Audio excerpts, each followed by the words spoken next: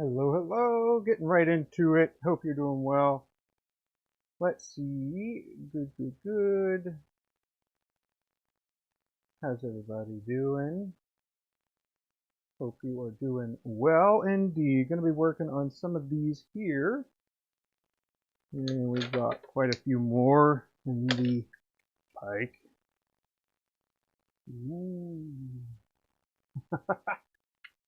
All right, so I'm doing a little bit of this and a little bit of that. So I'm going to pretty much be heads down working on all this stuff.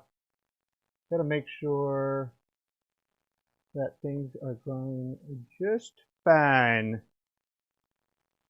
Okay. Let's see. Hey, what's up, Johnny? I'm gonna make sure. Is this silent? Is this silent, or are we loud here? I think we're silent. I'm not sure. But anyway. Yeah, so doing a little multitasking, but I will get this ironed out here. Yes, indeed. Yes, indeed.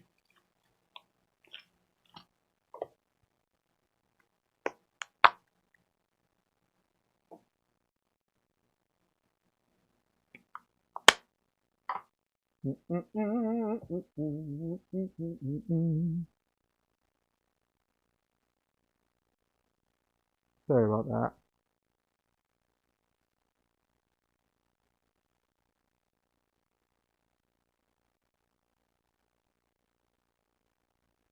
Okay.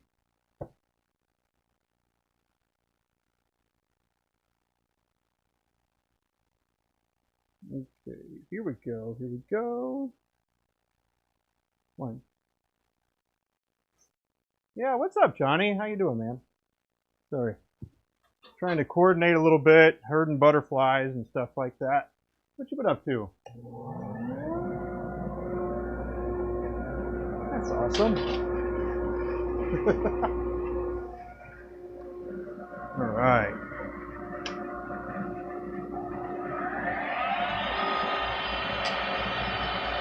I'm just gonna get right into it because I do have another little thing going on the side here. Let's see how that actually goes.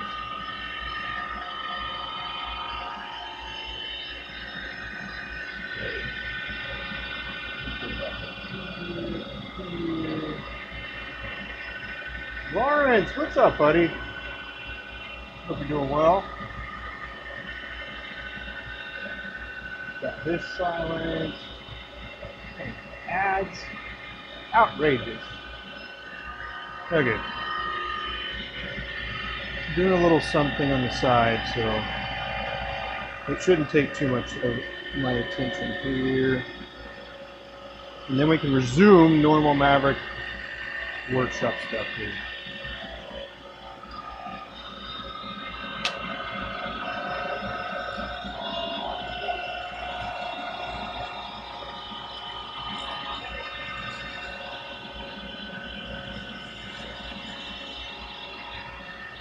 Hey, what's up, Bone Crusher? How you doing, man?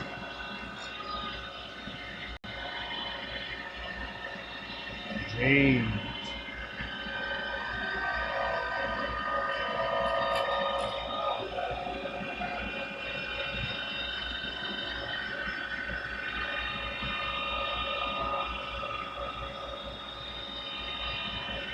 Oh, that's awesome, Lawrence.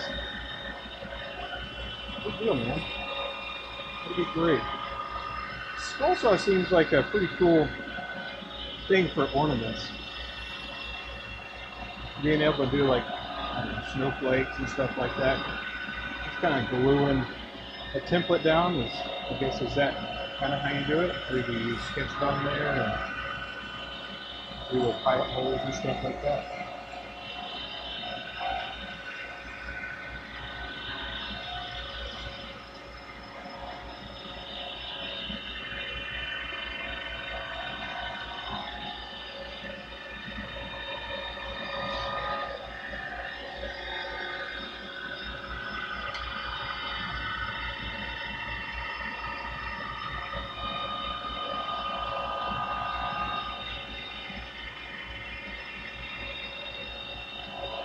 Just thought to take a break. I hear you, man.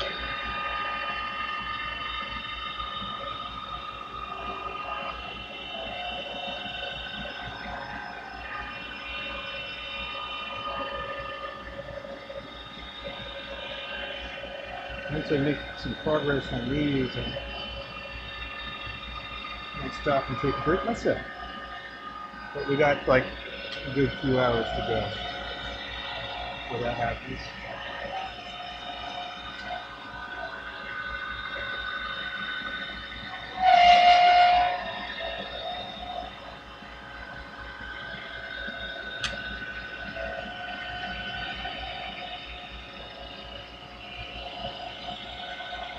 Today will probably be just diamond painting things all day.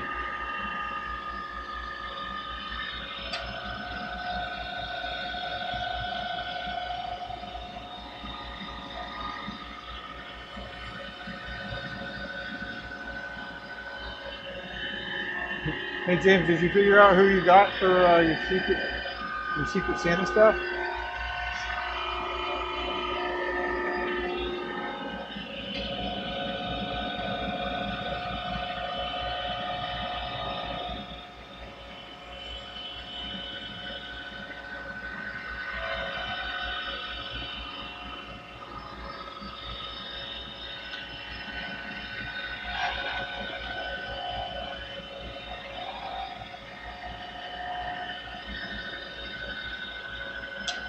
A lot of sanding. You know, I was thinking about it, and I was actually talking to my dad about it too, as far as scroll saw work goes. It's kind of crazy that, you know, one little mistake will definitely rear its head if it's something that's like really thin.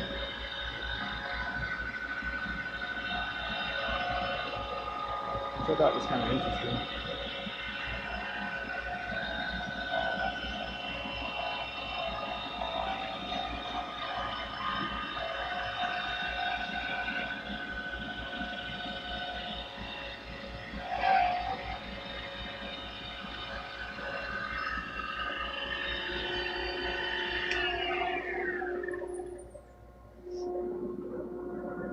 Oh, you ain't supposed to tell me. Just looking for a yay or nay. But that'll work. That's cool. Let's see. Lawrence, you left a lot of sanding ahead? Or you still have a lot of sanding ahead? Gotcha, man. That's awesome. Sanding's like everybody's favorite thing to do, isn't it?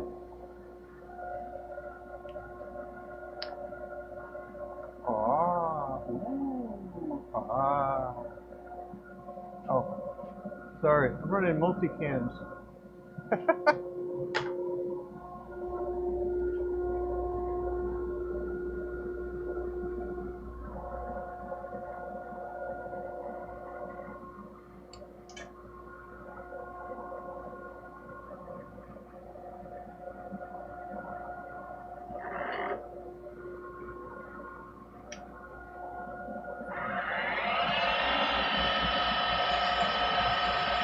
I'm only paying attention to the YouTube one for the most part.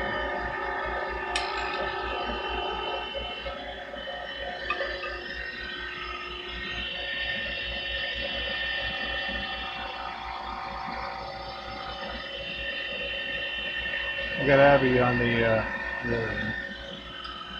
Trying out something a little different today, but yeah, should be no factor for you. Just for me. That's good to hear, man.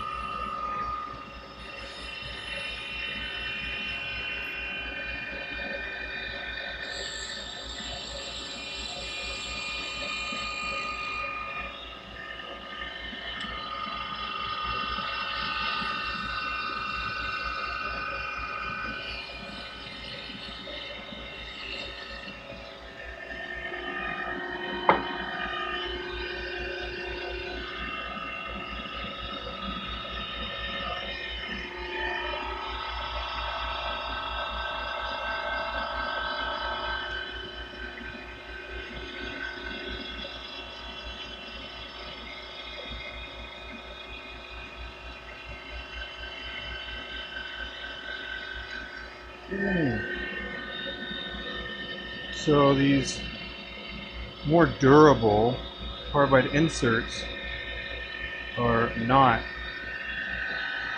that.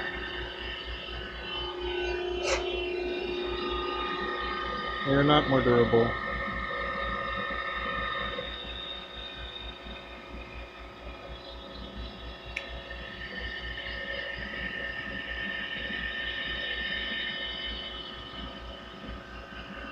I'm gonna sharpen up my carbide. Sharpen up my tool, man. Kevin! Hey, what's up, man? It's a party now. You're here.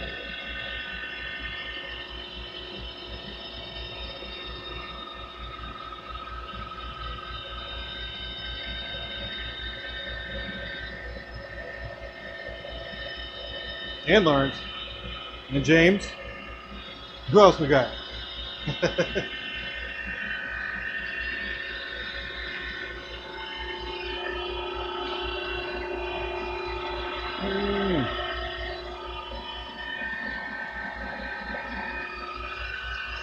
Okay, back in the saddle.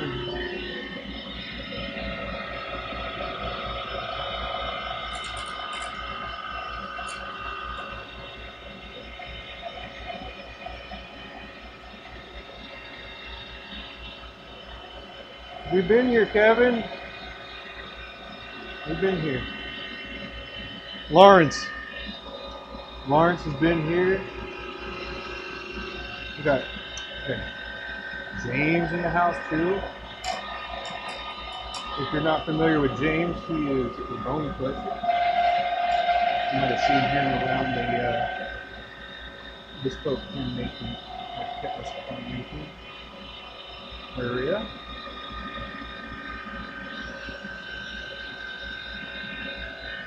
Been around for a while.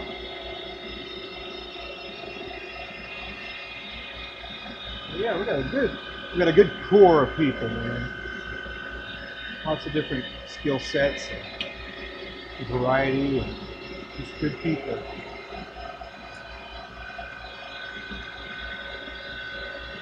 I got a new tool, so this one is quite sharp.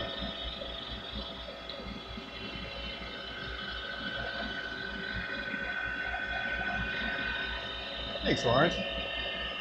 Appreciate it. I won't ask you any more questions from that.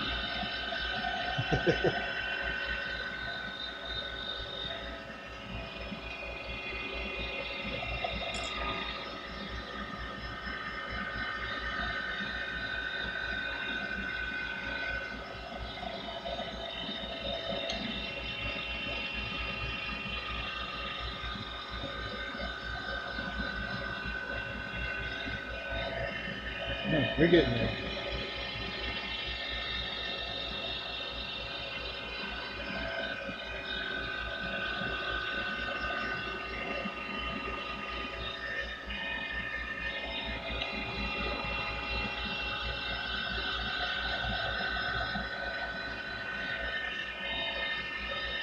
Yeah, so just so you know,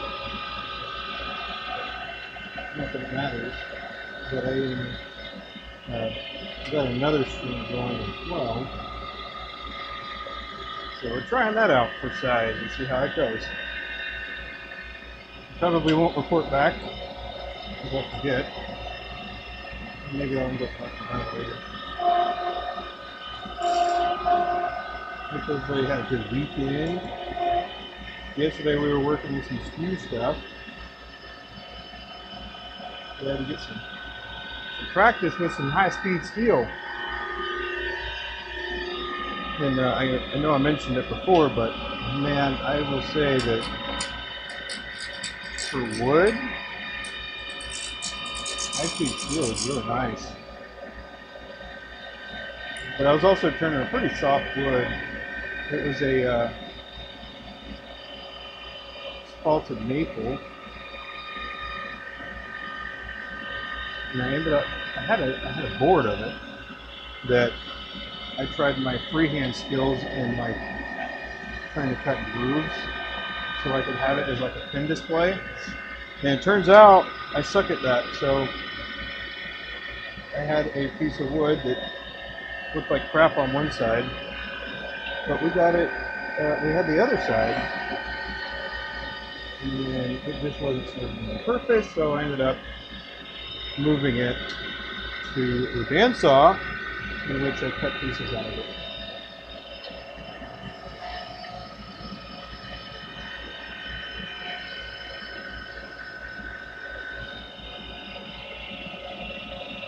So that was pretty fun.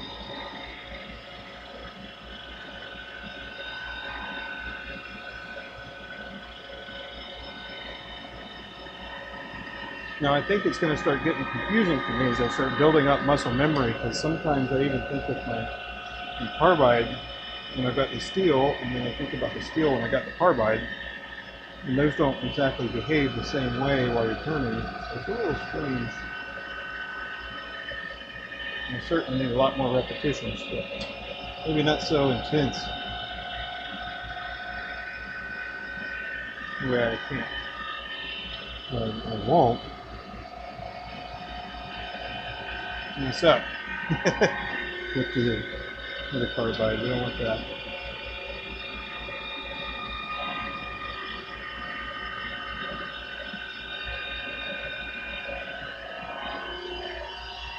You're a little bummer, man.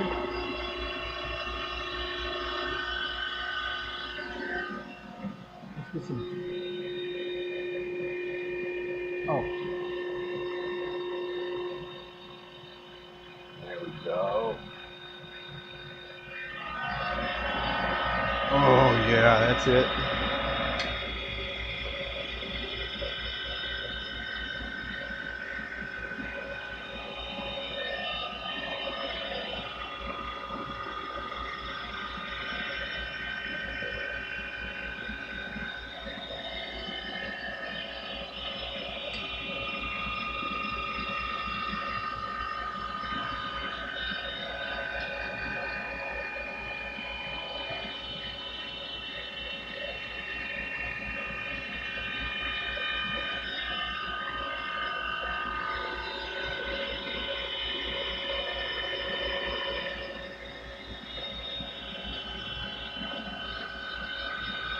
Which way we want to go here?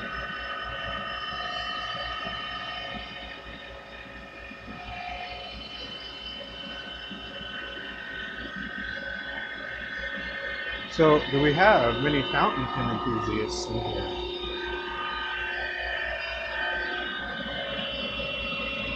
So, something that I kind of came across was somebody talking about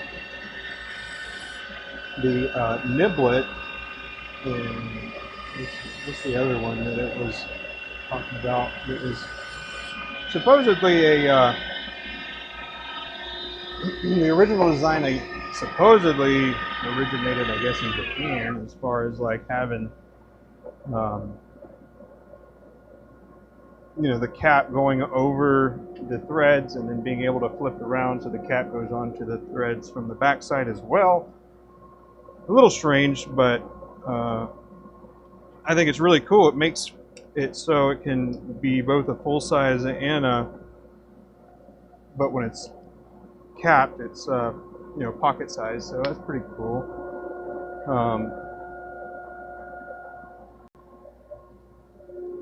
But yeah, I saw that there was people chat about that as somebody, I guess, in the States or something. Well, Esterbrook, I guess, used that design as well.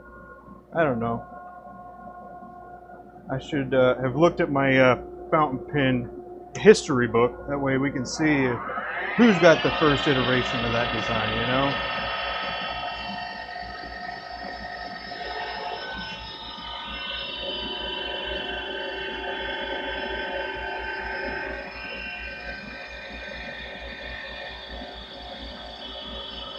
And then the other thing was Abby did a little bit of cleaning on the my other fountain pens that I had. So if you didn't know, my other favorite fountain pens are, well, I guess big box sort of is the Kaweco's. Specifically the Kaweco Sports, but I do have a Kaweco Lilliput as well. I just really like those. Some people don't really like the size because they're so small, but that's alright. I do.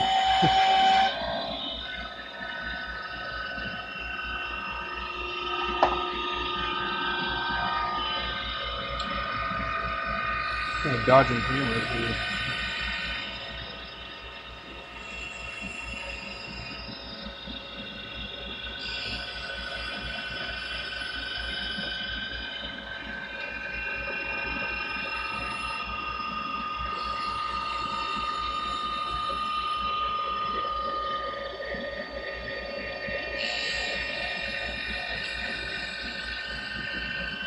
Anybody working on Christmas presents? I know Lawrence is. I ain't gonna mess with him. But yeah.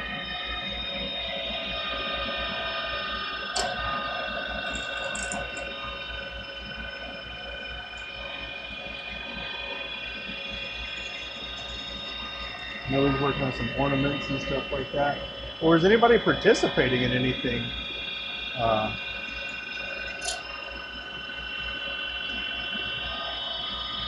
Lots of good stuff coming up for Thanksgiving. We'll be going up to the mountains. And then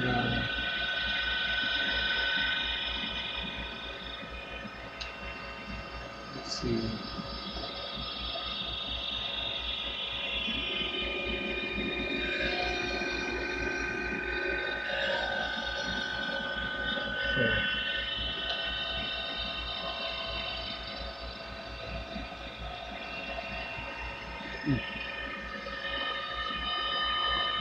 Sorry, I had to be quiet for a second while I was working on that. The tool is so sharp, it likes to catch edges.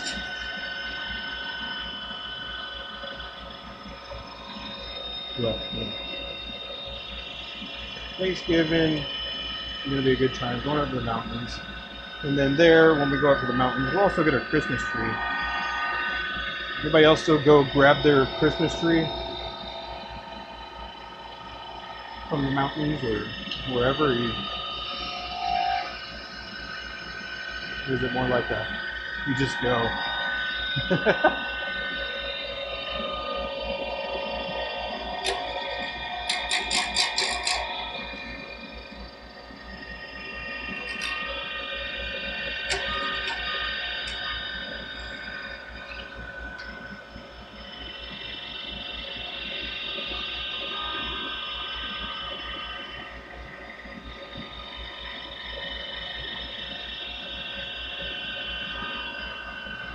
We still go get our Christmas trees on the mountains.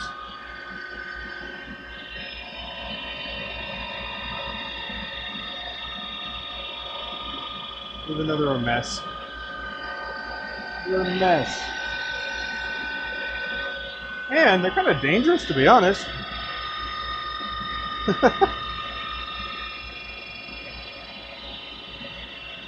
You know, the right amount of heat will cause those bad boys to go up in some big old flames.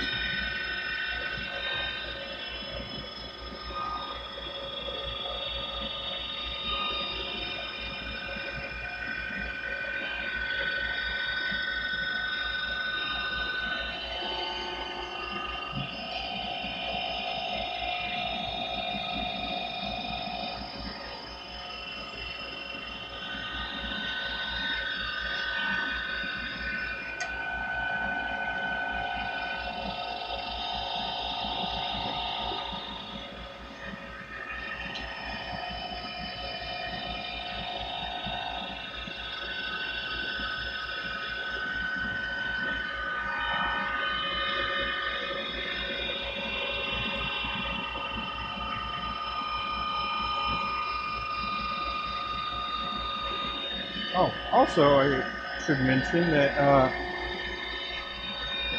we were in an article in the Pen Addict yesterday. There's Brad is his name, the one that is running Pen Addict, and we were in an article. Probably should have had that link or something, but pretty cool. It's a little bit about us, a little bit about kind of how we do what we do and why and how we got into what we do. So, it's a little bit of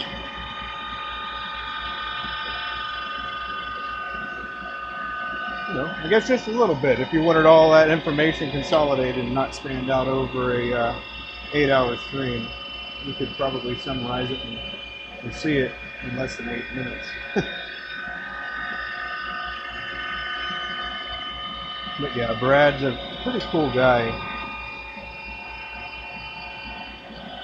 He does stream on Twitch, I'm pretty sure, and then he puts those videos on YouTube as well.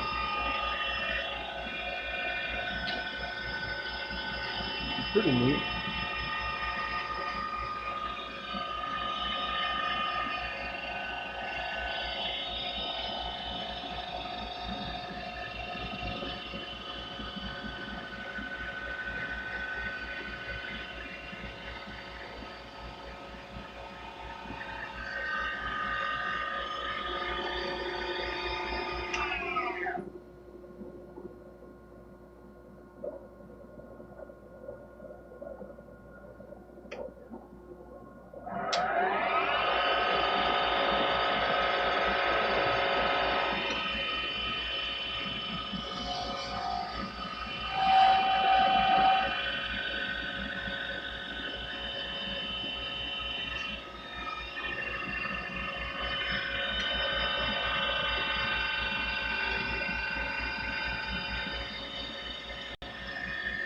Yeah, see, I'm starting to think a little bit about the SOOO.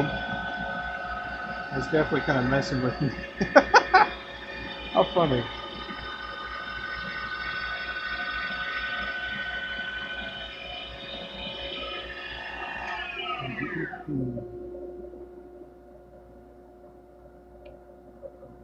Oh yeah.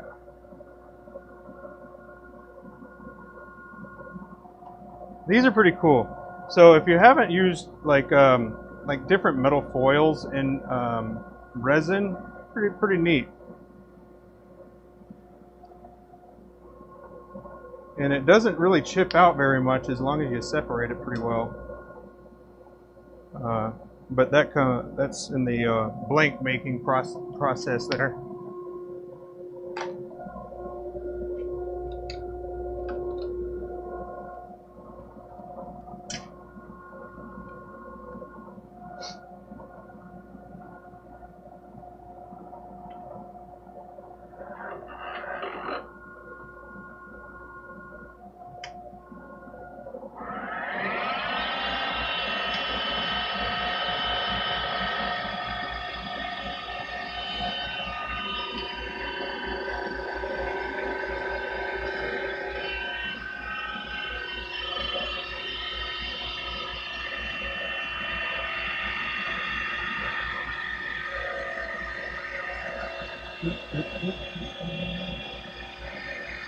But yeah, if it's all the same to y'all, I reckon I'll just be relatively quiet here so I can crank them out.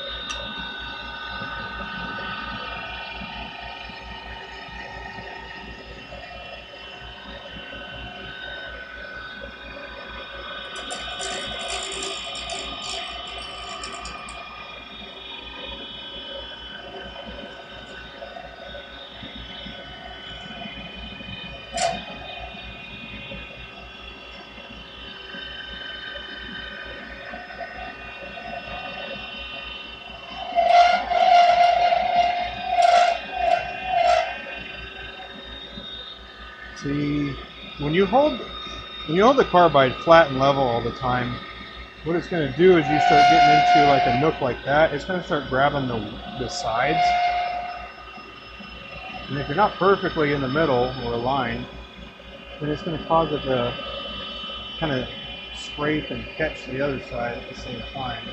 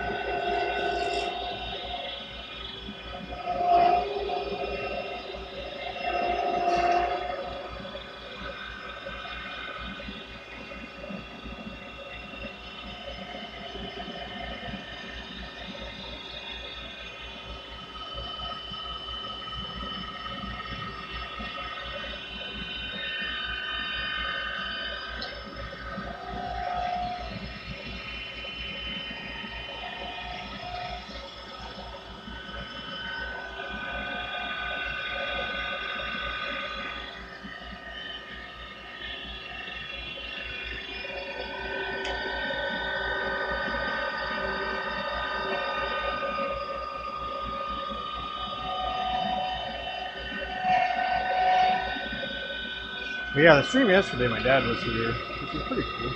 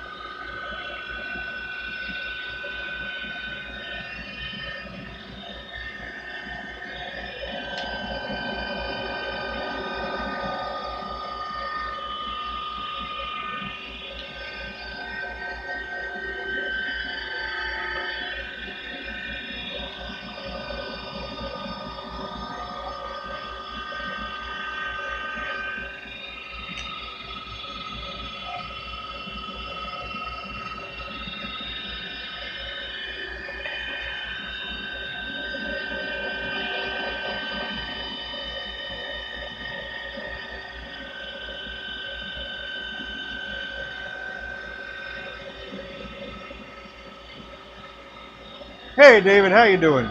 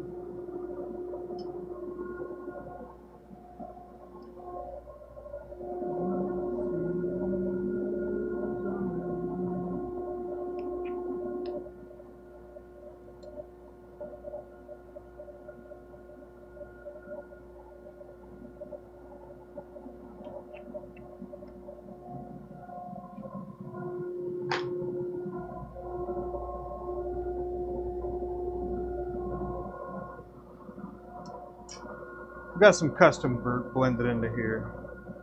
Custom work, commission work. There we go.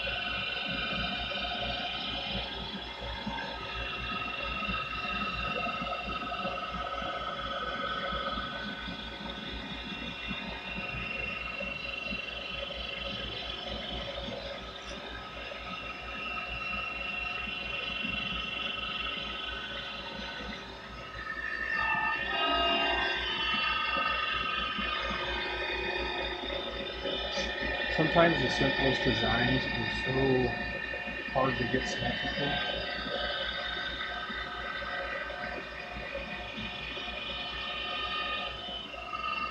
Shapes. Simplest shapes.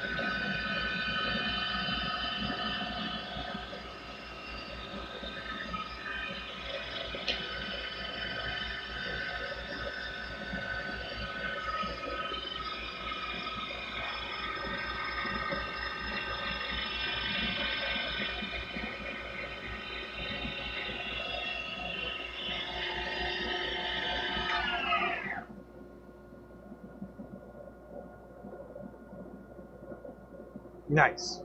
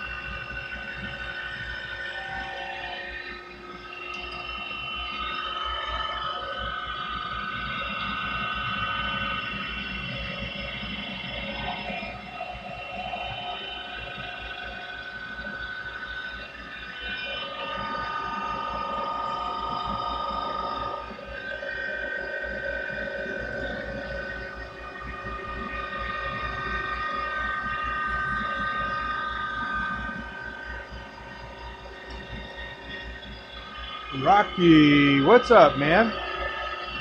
How you doing? That's one of my favorite movie series.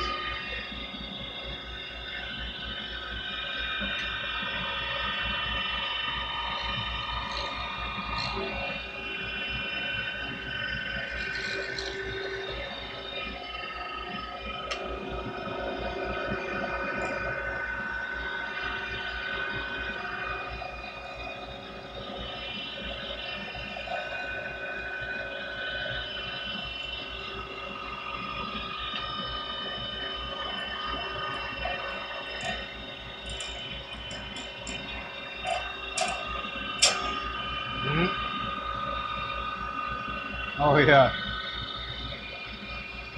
So I went on a hike the other day, and my daughter asked me what my favorite movie was, and then, you know, I kind of thought about it in a way like, all right, you're on a deserted island, and you get one movie to watch forever. What movie would you watch?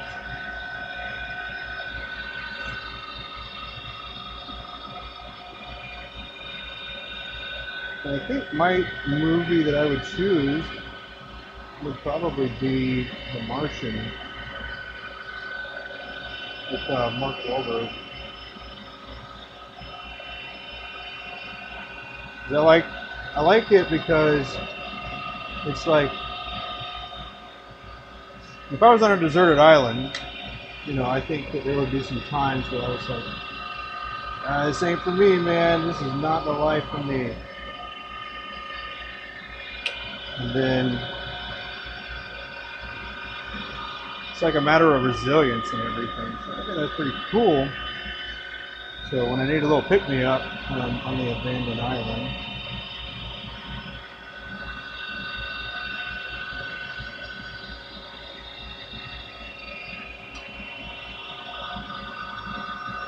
it's like a good lesson of resilience and not giving up and working with what you have available, and all those different things just kind of resonate with me, I guess.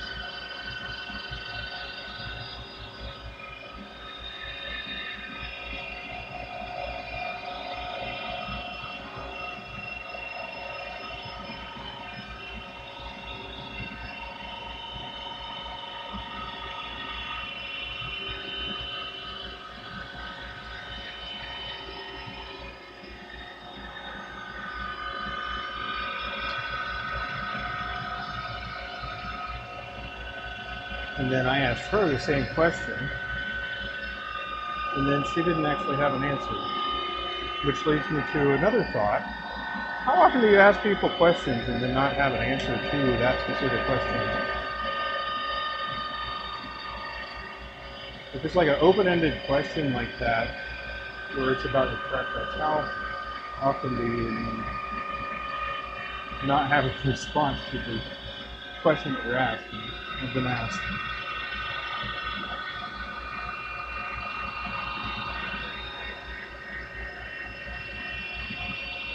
That was funny.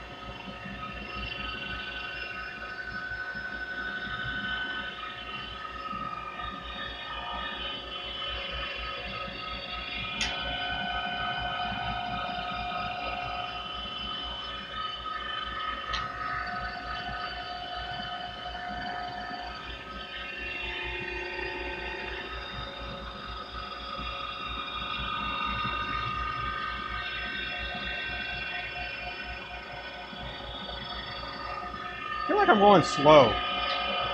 Does it seem like I'm going slow?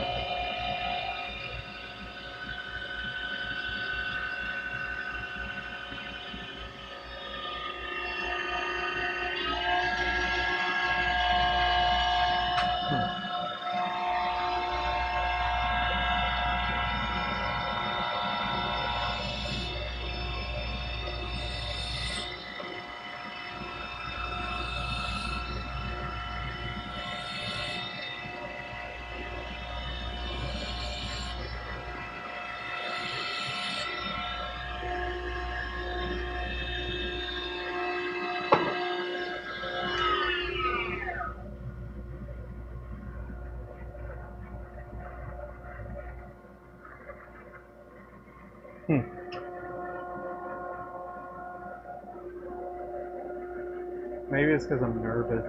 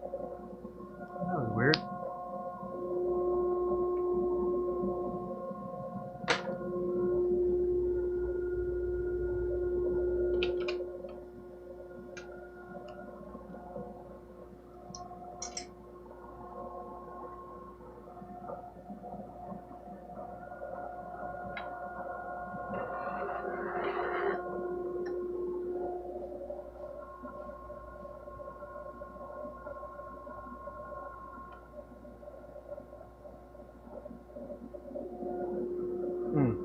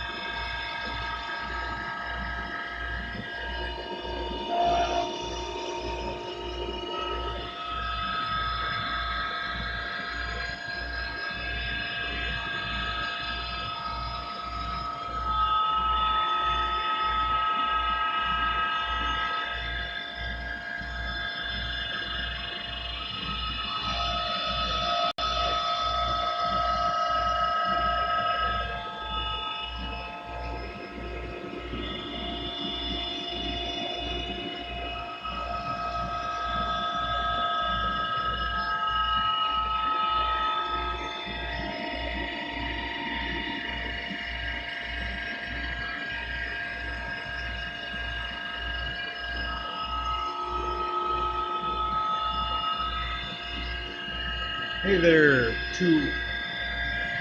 2OG.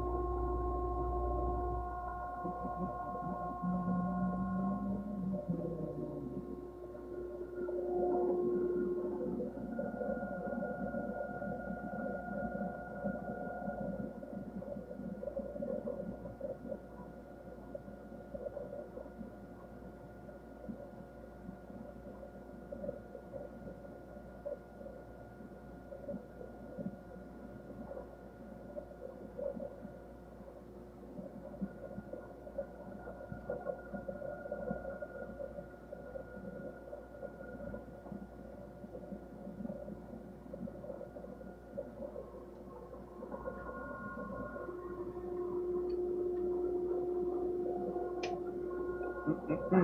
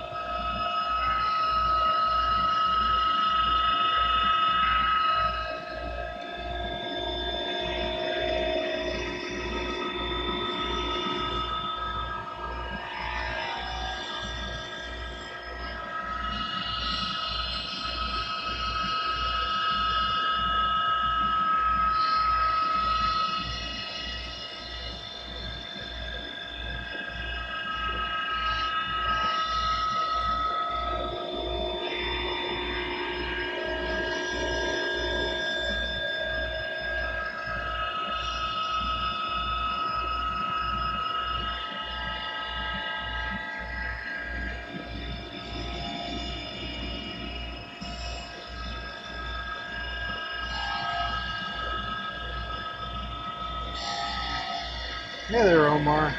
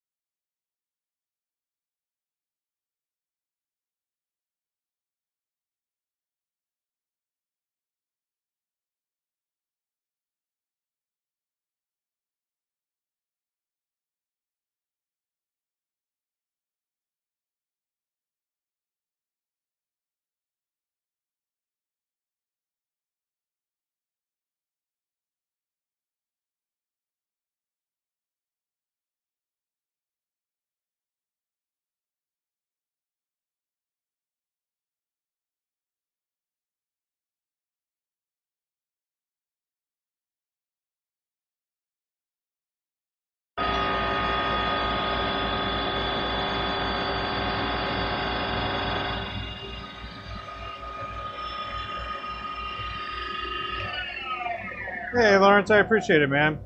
It was a pretty quiet one, huh? Appreciate you being here, man.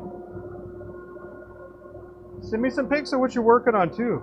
Be interested to see that.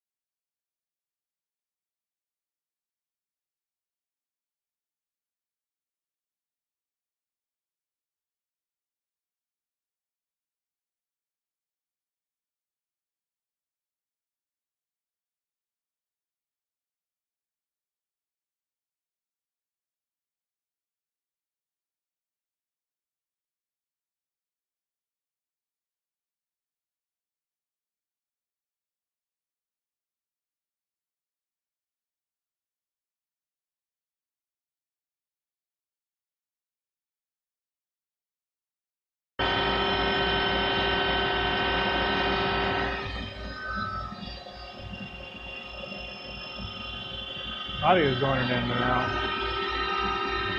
Okay, I'll keep an eye on it. You might need to change the mic.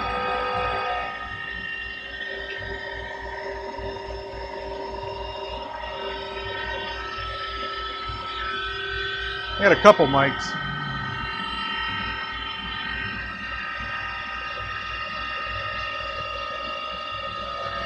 But usually it takes about 5 hours or so before I need to swap it.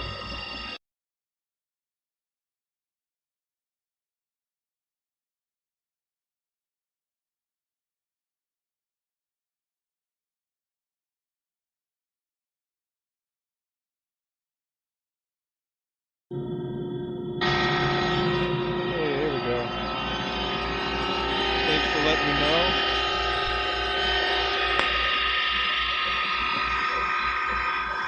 Sorry, putting you back on my wall.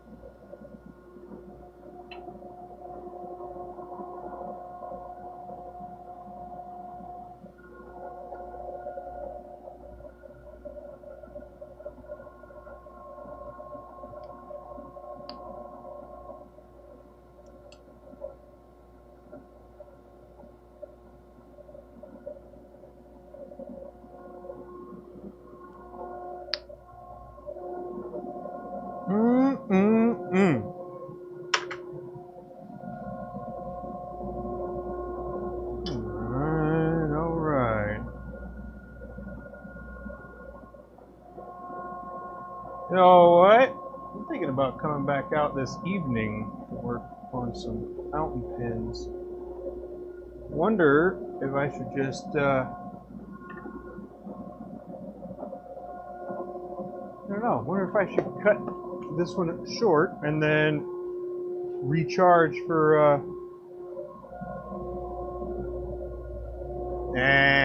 that'd be silly, huh? Just hold what you got, Airborne.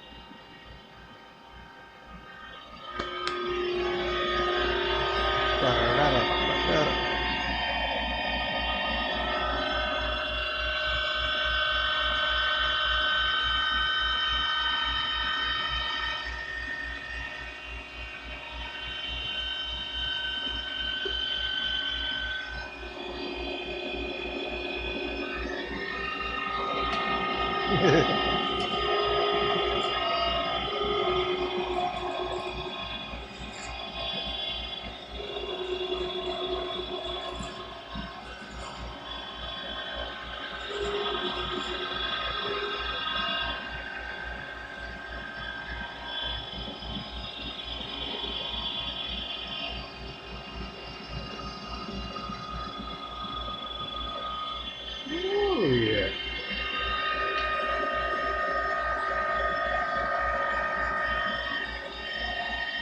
Oh no, Morty!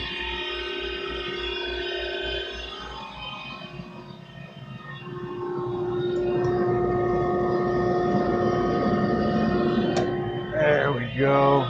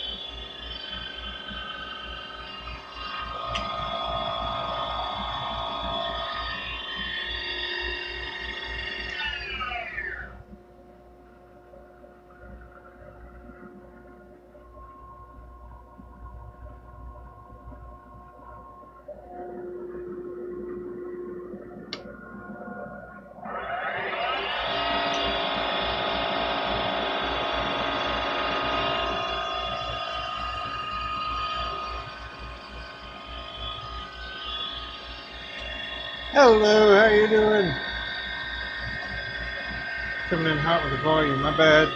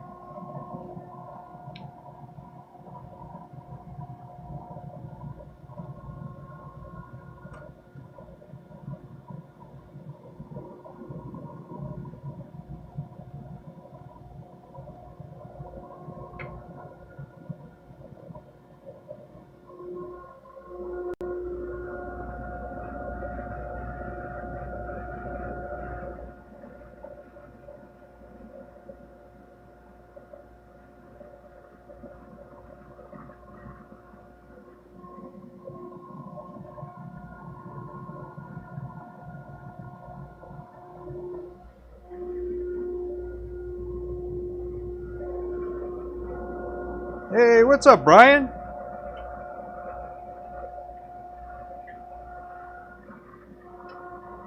How you doing, man? Been a quiet stream today. Not a lot of chatters. That's all right, though. That's all right. I think I might go back.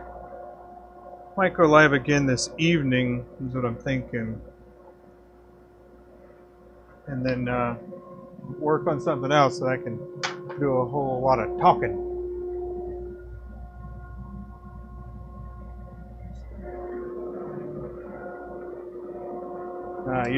You know, just here.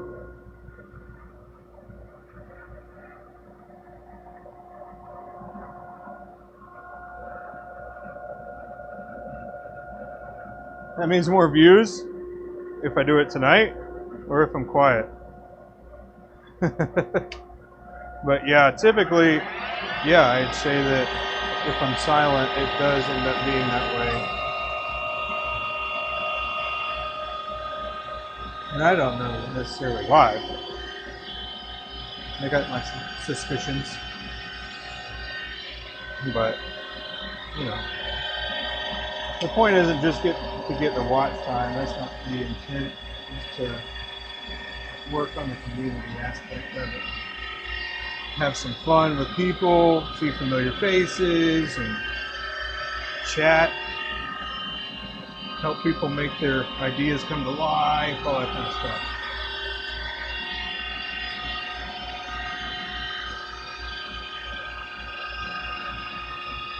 But that's all right. That's all right. There you go.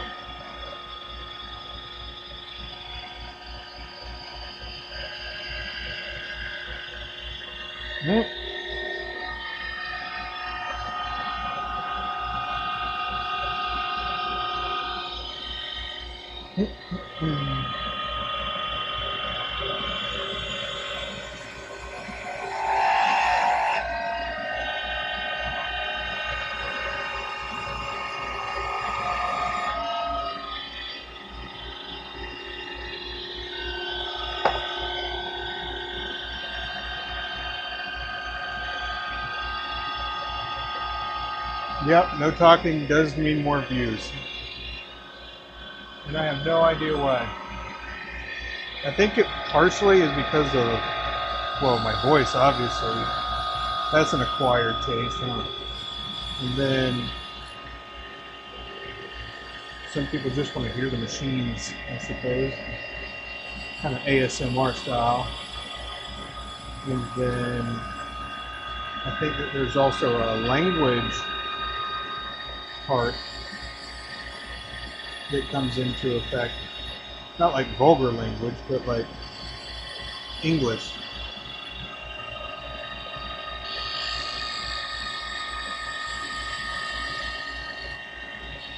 I mean, vulgar maybe, I don't know. We don't do lots of swearing around these parts, you know? It's not polite.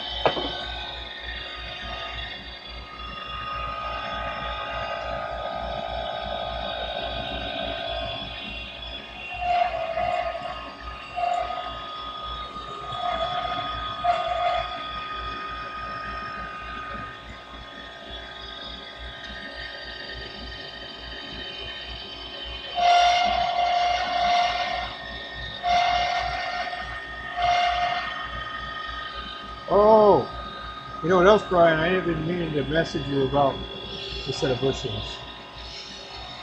And it's not till I got out here that I thought about it.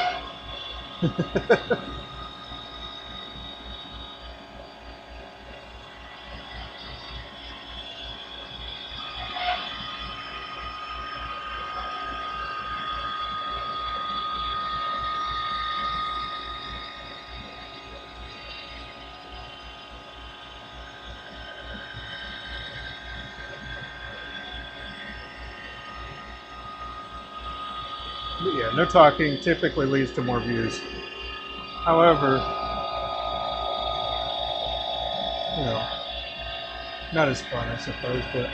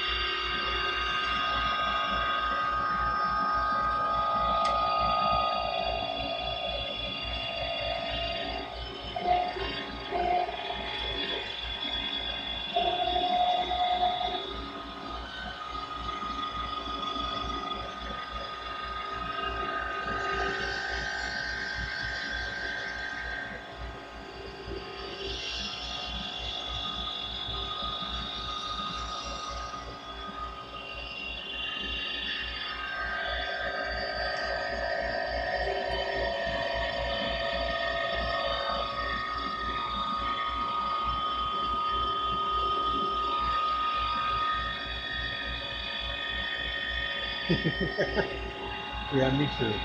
I like chatting as well.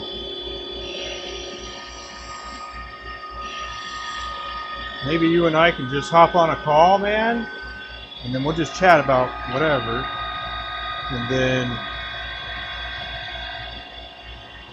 people could be like eavesdropping of sorts.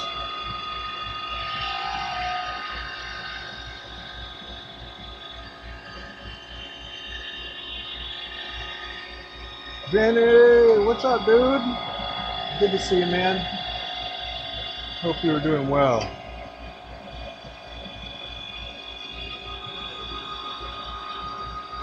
Oh yeah, of course, till 3 a.m.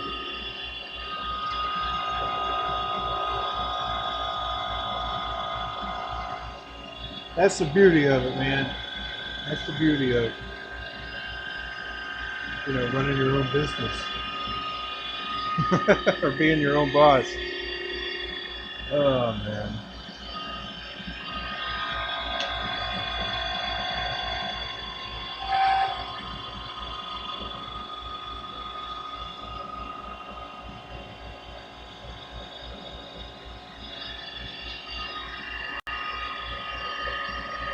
Yes, sir, we are. Vinny, thank you. Abby just got back from her girls' trip. She went with her mom and sister to the beach.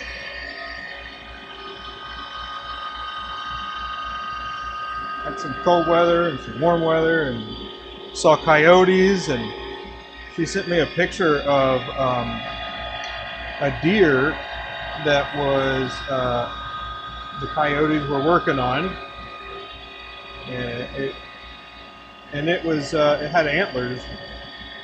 And I said, "You're gonna bring those home for me?" She didn't. I said, "You could come here and get it." I said, "No, I can't. I'm doing dad stuff, you know."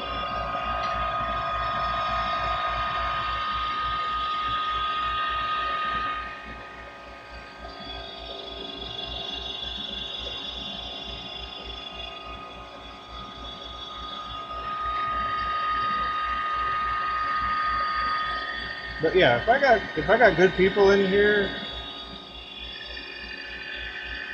that well, I guess yeah, when I got good people in here that I want to talk to about, different things, I'll talk. It's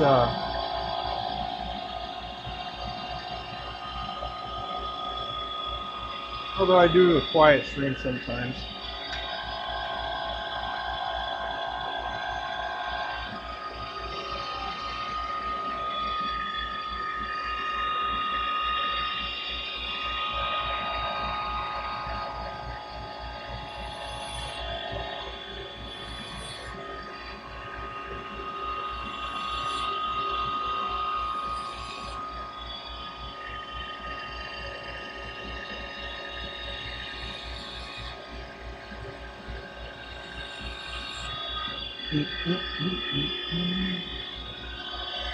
Over the top.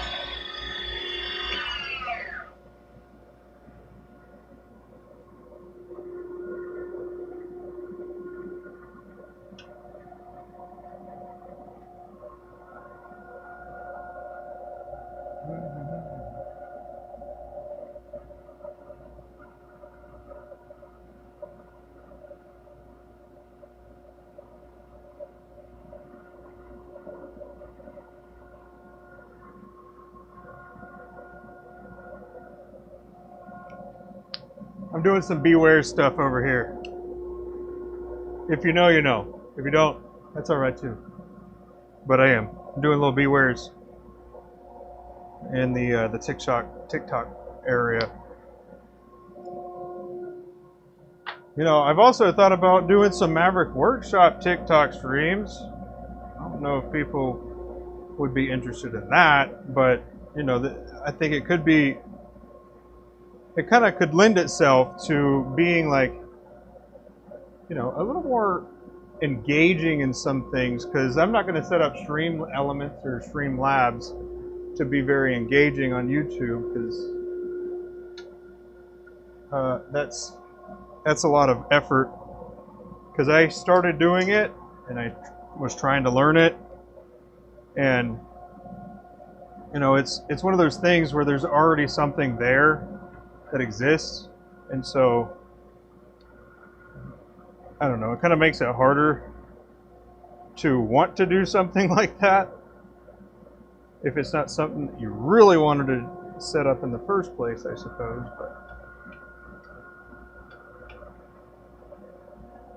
But yeah. You don't have TikTok? Is there a ... yet? You're missing out on the youngins, man. Okay, let me be clear. On the younger people, because typically on my YouTube, the audience that I have is 45 to 65 plus. So younger than that. Don't make it weird.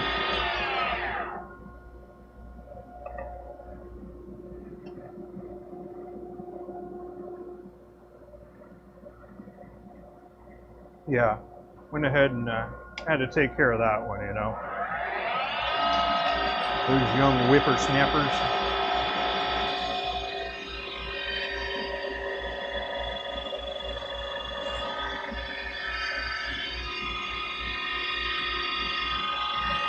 Yeah, I figured I had to go ahead and address that one immediately. Oh, yeah.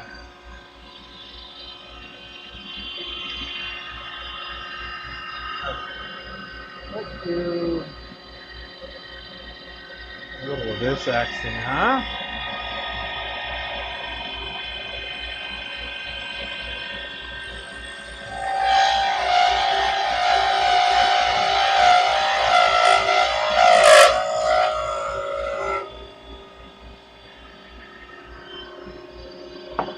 But I mean, if you think about it, and like what my, I guess, main objective is to get people interested in writing and using their hands and, you know, meeting people and stuff like that. I mean, that's where it's at, man. You gotta combine like items, and then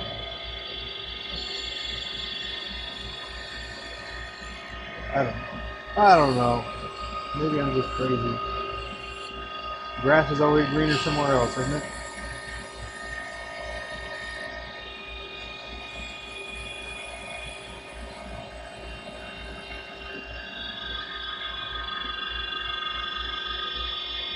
What have I done? What have I done? Alright, let's see if we can make some lemonade, you know.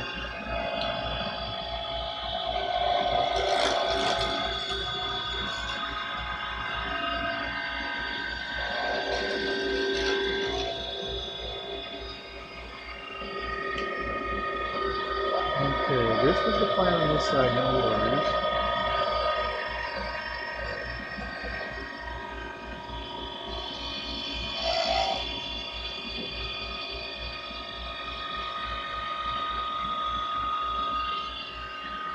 I don't make mistakes, okay? I make one of a kinds. Should we get that on a shirt?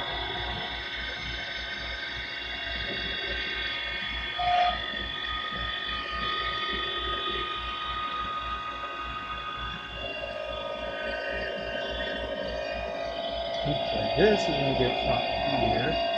And then tape it all the way up there.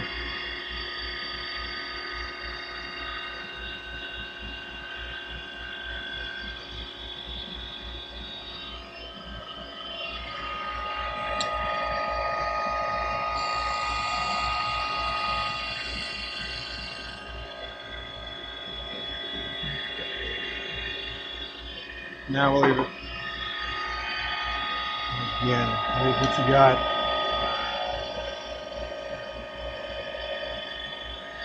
Hey, I appreciate it, baby. Have a good call, man.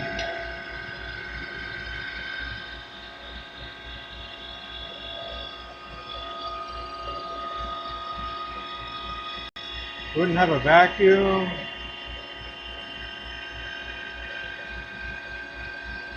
Limited editions. Yeah.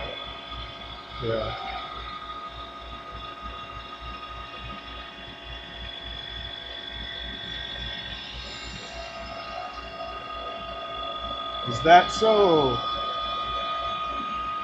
Dragon. Is that what you would do? Well, I do. This here is connected to Morty, which is over there mounted on the wall. Morty's over there working his hardest.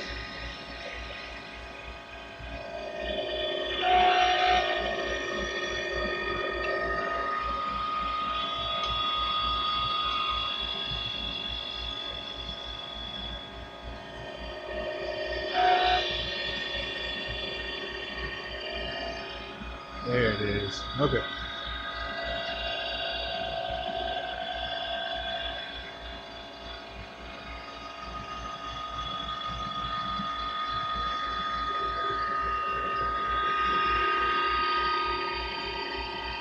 Lots of one-of-a-kinds in the shop? Yeah. I appreciate it. How you doing today, Gerald?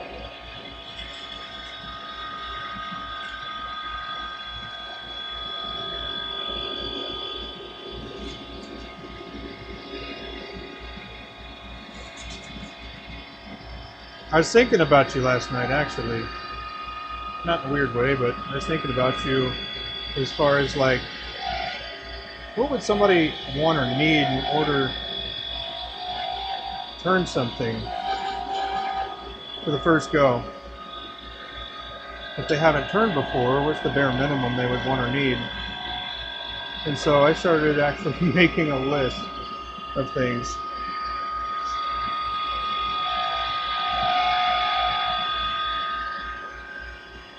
So,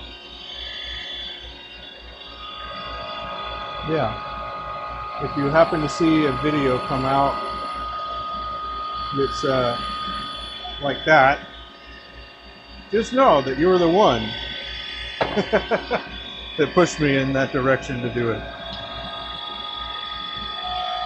I guess kind of the final push, we'll say.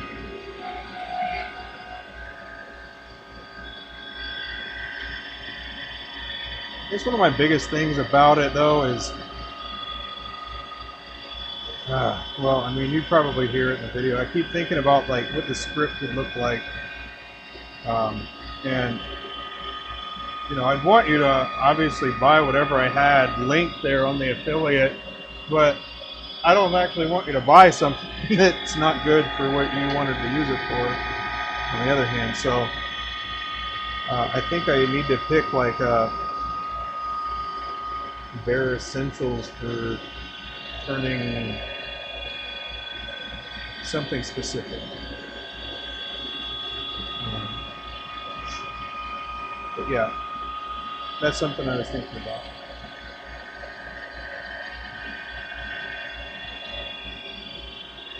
You already have a bunch of shop vacs? Well, you're well on your way. You are well on your way. Because instead of having a dust collection system like I do right now, you can repurpose that, one of those vacuums, and give it a, well, this is actually a vacuum attachment right here.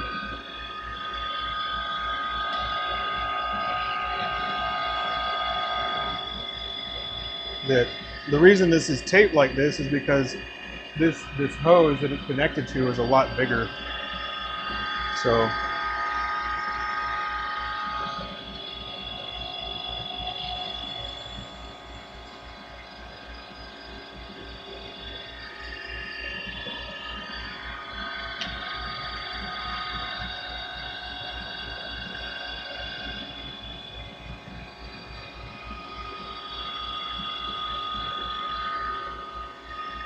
all right.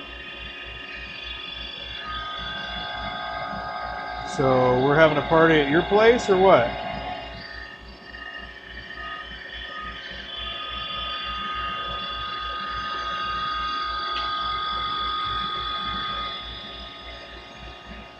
You got a man cave going on with that, or is it just undeveloped? Like, not really a purpose quite yet. Okay. You know, as far as shape goes, actually, that's nice.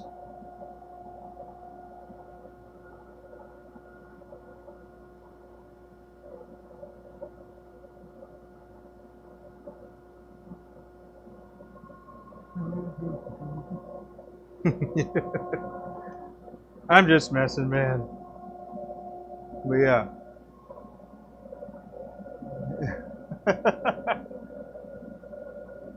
Man, 33 years, that's impressive. Congratulations on that. But not so much with the spouse part, but you know, 33 years of stuff, just out with the old, in with the new, you know? I still have a lot of my military stuff that I didn't have to turn in.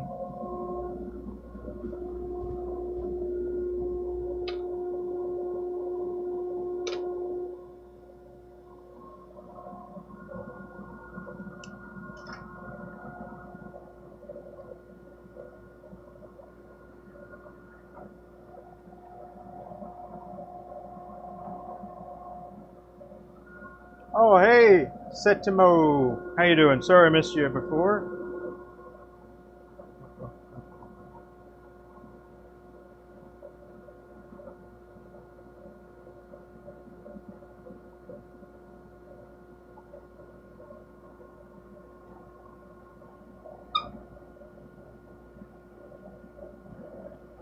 Back her up just a little bit here.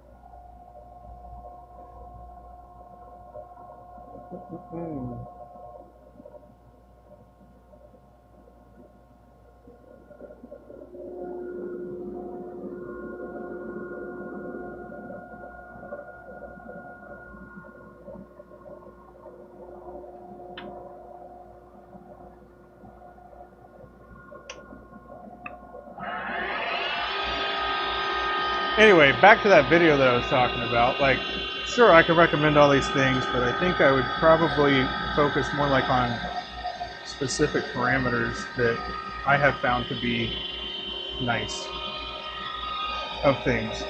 For example, for the lathe, I think the 1221 offers like the widest range of projects at a good or lower price point compared to like something that is very focused on, I don't know, like bowls, because there are some lathes that are pretty much designed for bowls. You can do other stuff with them. A Vic mark is a pretty good example of that, as far as it being good for bowls. You see, I don't really want to cover all the lathes. I was thinking more specifically covering specific capabilities and then a budget that was you know, different budgets, let's say.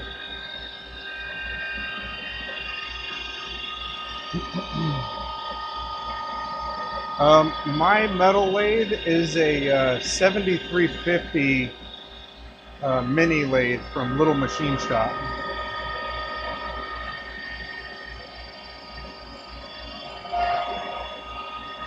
And I know that there are people that have gotten the Harbor Freight lathe. And when I went to see that thing in person, I was so glad that I did not. That thing is tiny. And then you look up, you know, different videos about that make and model and stuff specifically. It is like, yeah, once you do this, this, and this, and then you do some of this action, you clean the lathe or ways, and you take everything apart, and you do this, and it's good to go. It's like, dude, no, I don't want another project. I want something to help me do my current projects. Anyway.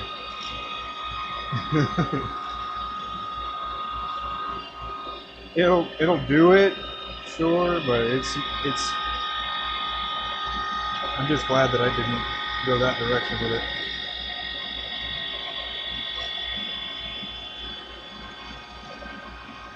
But on the other hand, I think I could have gotten a lathe with all the capabilities at a much less, well, for much less money.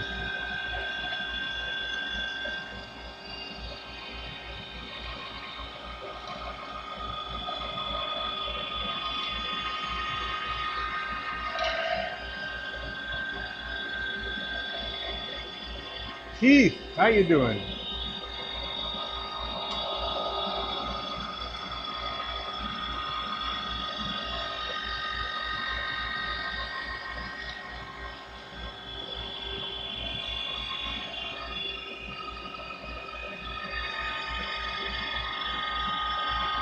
But yeah, that's the, it's from the Little Machine Shop. Also, I opted for the digital readout, which I never used, so that was like another, you know, maybe $100 or something that I didn't need.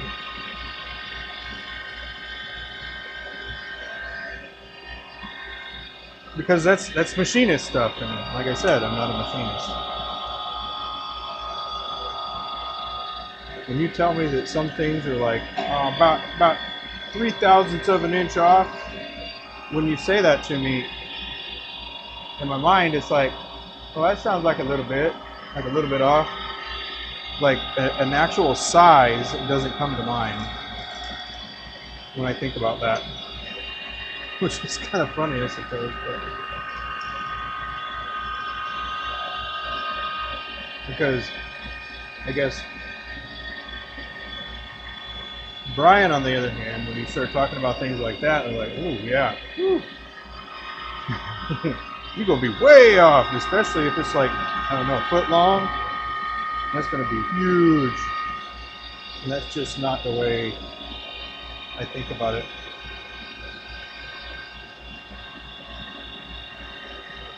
But I do understand it to an extent. I just don't have any frame of reference.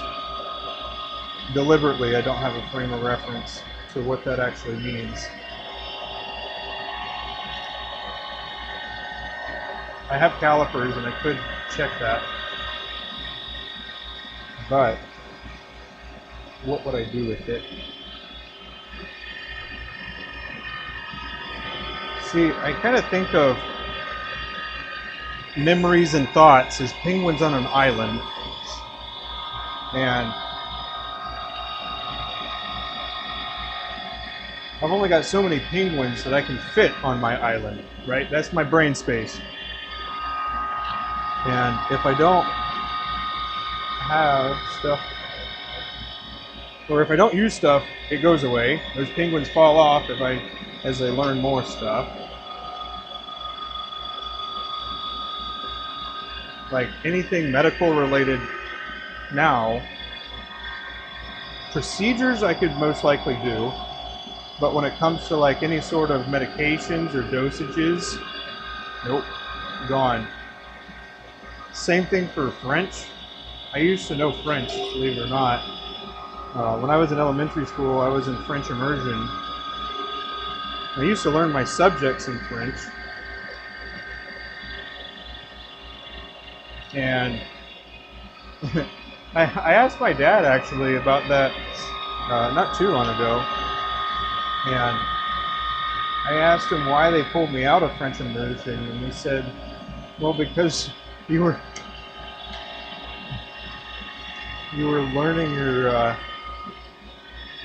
your English was not growing at the same rate that your French was.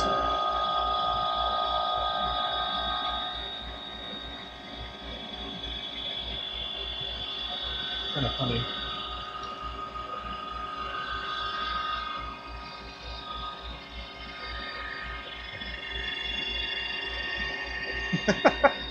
Thanks, Brian, coming in clutch with the info.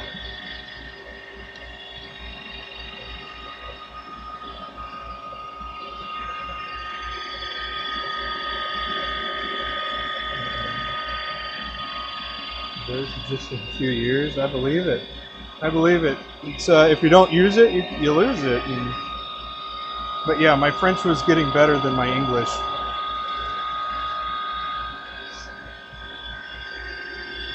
Which is kind of funny. Kind of funny to think about. It means that those teachers were doing a really good job.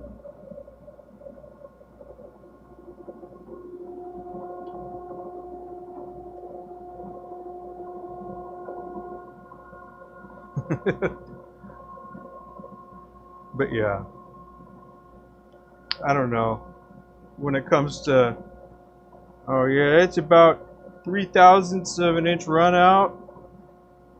Like I know what those individual things might be, but combining those things, I cannot visualize it, if that makes sense.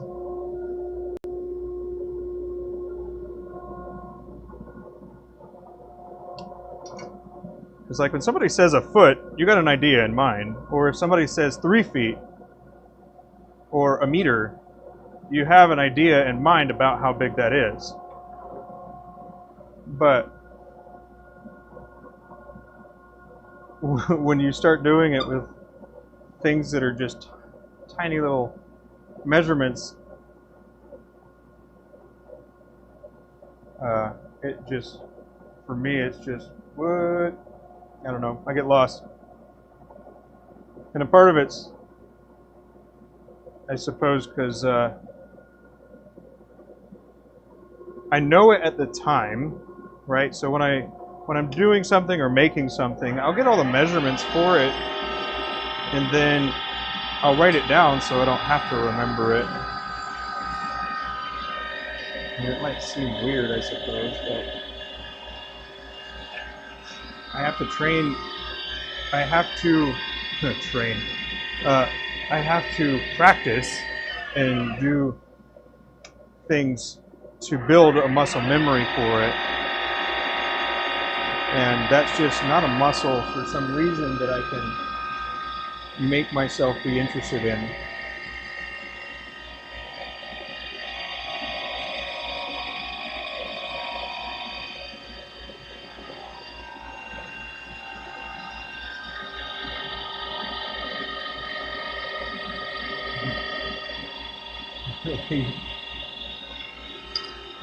You think in thousands. Well, it's funny because a Fast and the Furious came to mind. And you live your life a quarter mile at a time. What's bad is having dreams and then realizing what you've forgotten. Oh man. You know, I can't say that I've had many dreams like that, except for one that is along those lines at least. And it was like a mega code. So my medics will understand it. A mega code. And I didn't know what the dose was for whatever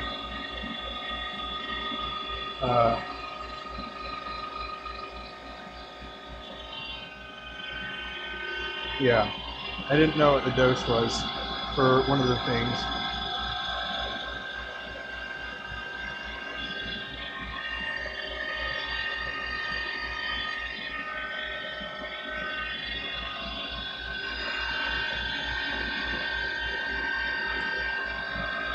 Anyway, a mega code is when somebody's having cardiac issues.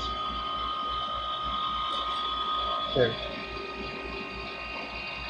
And so what you do is you're tested as a medic.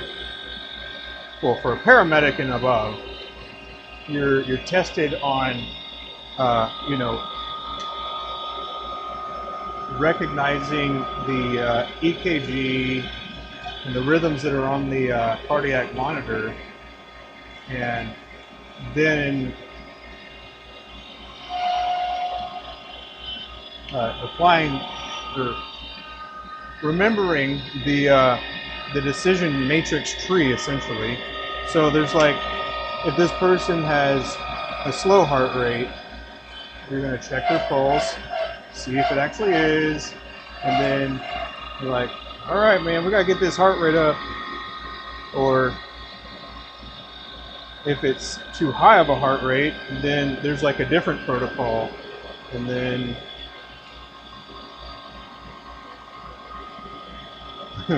one of the, I guess, not funnier things, but as far as the mega code is what they called it, at least for us going through paramedic, they called it a mega code. And basically this person's heart doing all kinds of weird things, and you got to run through all these different algorithms based on the different types of rhythms. And I'll never forget one of the first ones that I had during an evaluation was like, all right, his heart rate's 80 and it looks like a normal sinus rhythm. So normal sinus rhythm is just referring to parts of your heart. There's the so there's the sinoatrial node, which is at the top, and then the atrioventricular, which is basically in the middle, and then you got the Purkinje fibers, which are at the bottom. And wherever those electrical signals are coming from in your heart, you know, kind of gives you an idea of the rate that it is. So from top to bottom, it is, you know, kind of like, if it's going correctly, that's how the speeds are too. But when I did mine, it was a normal sinus rhythm. They're like, are you sure? What's your patient look like? And they're like, it looks like my patient. Did you check a pulse on your patient? No. Well, there's no pulse. Oh, okay, you got me. You got me. And what that is called is pulseless electrical activity, or PEA. And what it really means is you better start CPR. So it was one of those things that, like, dude, I never knew what PEA was.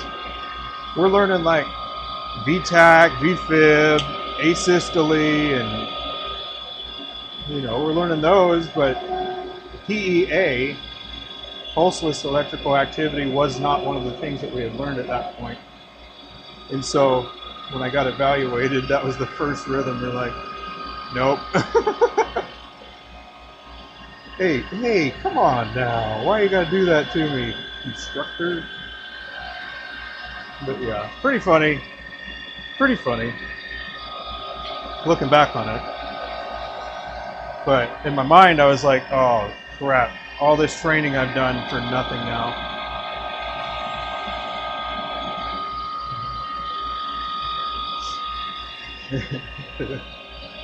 Anyway, that's probably more than you wanted to know about cardiac arrhythmias and stuff.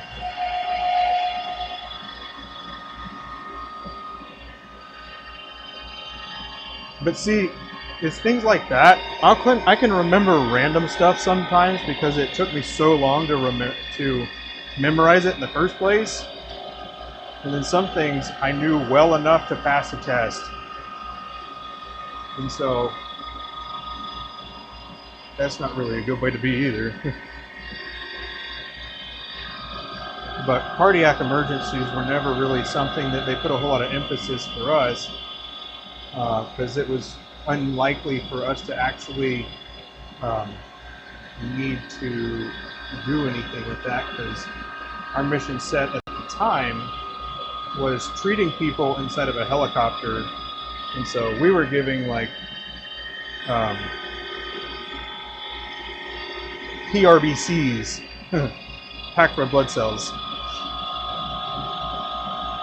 We do things like that, but in a helicopter, you know, it's not really likely for you to hit somebody with the 360 on a monophasic, 360 joules on a, what's that, monophasic electrocardiogram.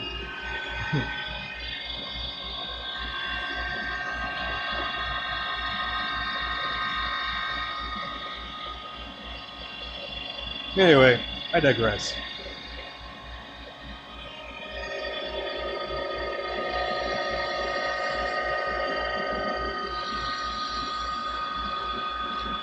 But we did do IOs, which was pretty neat. IOs, IVs. Here's one of those weird medic things, is when the helicopter is yanking and banking, when you're deployed, you're flying in a irregular pattern, which is, you know, we'll just leave it at that. You're flying in an irregular pattern, so we would be trained in the helicopter to do IVs and conditions like that, and we'd practice on each other. Yeah, we didn't do any shocking in the helicopter.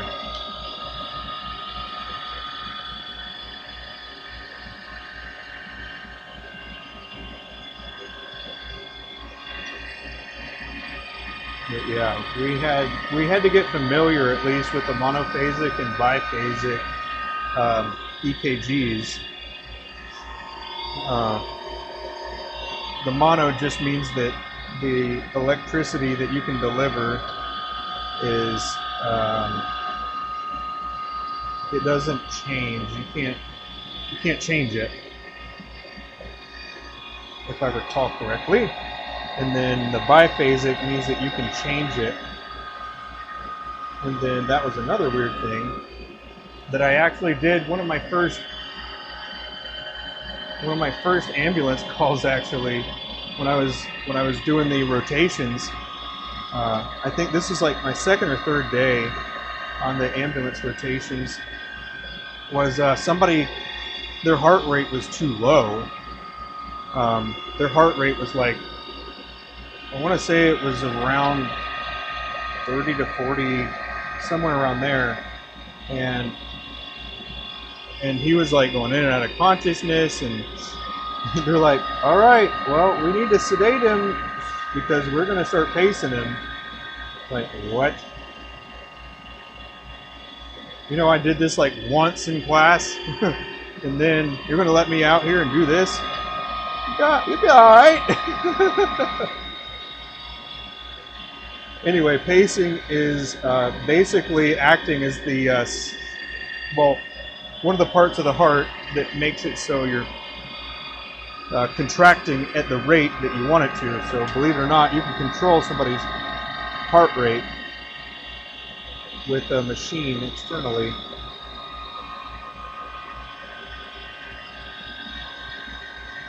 And that's called pacing someone. So you may or may not have heard of people that have pacemakers in their under their skin in their chest, but that's when their heart starts to slow down so much, or speed up for that matter. It'll start sending electrical signals to the heart to make you go, to make it beat faster.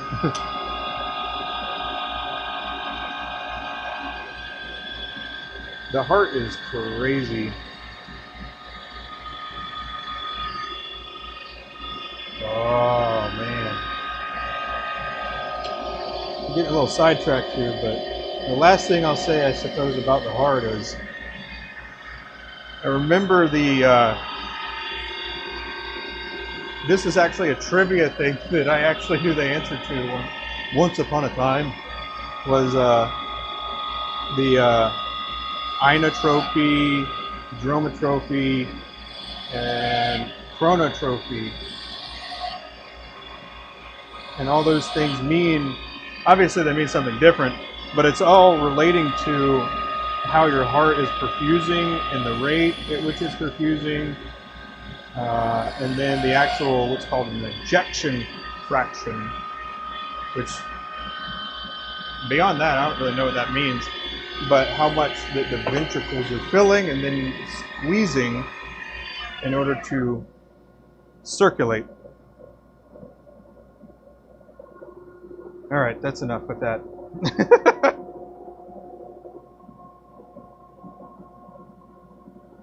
Yeah, steel trap for useless information, I suppose. And see, if I knew the thousandths or the run out and stuff like that, that would probably be useful. Which is why I can't seem to remember it. Hey, right on, Brian. Drive safe, buddy.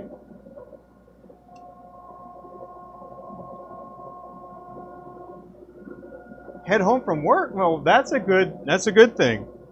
Since last we spoke, that's good.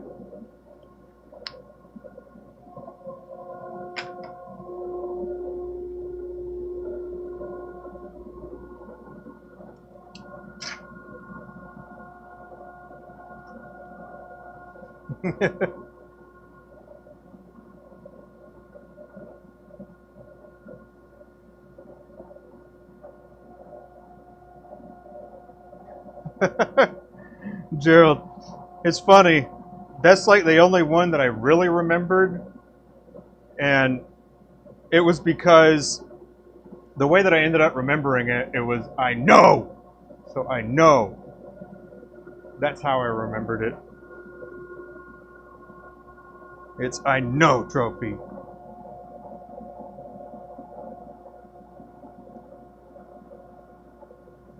And I think the chrono is like the time, or not the time, but beats per minute. And then I don't remember the drono, whatever. I'm not a paramedic anymore. I let that lapse. But I was.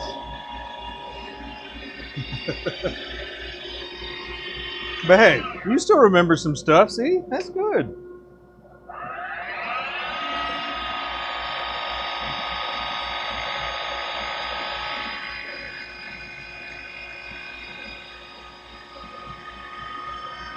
I know I said I was done with the heart, but one of the craziest procedures, or not craziest, one of the coolest procedures that we were taught, we learned a lot of advanced procedures because the likelihood of a doctor or even a nurse being nearby was really, really low. And based on the kind of mechanisms in which the people I would take care of got injured was also very non-standard. But yeah, the coolest thing was a pericardial synthesis.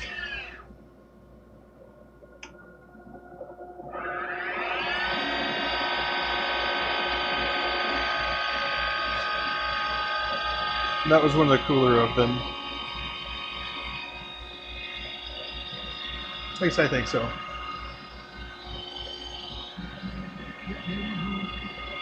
Wait, this is number 18. Okay.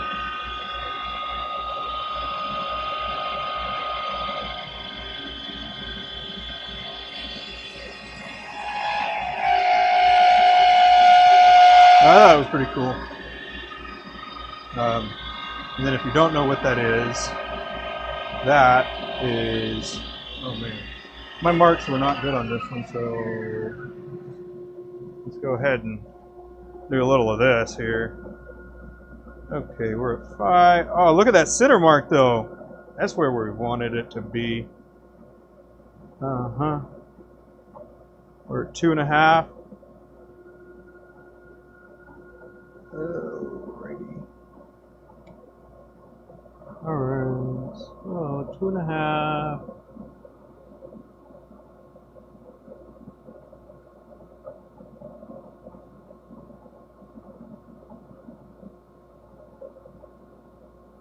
Okay, I wasn't far off. It just looked like I was. Weird.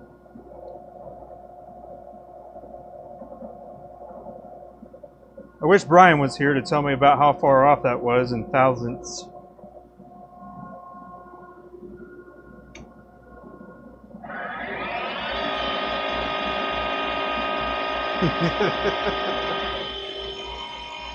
I'm just messing with you.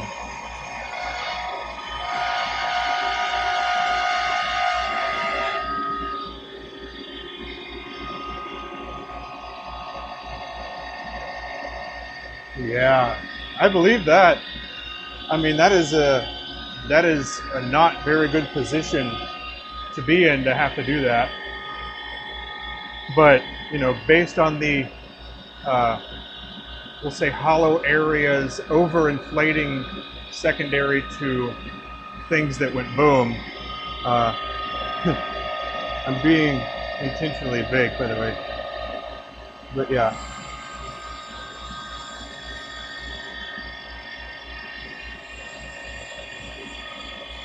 Overinflation of things like that was not unusual or uncommon.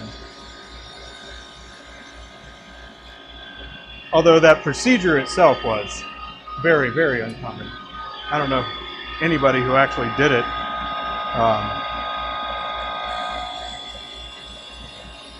For real.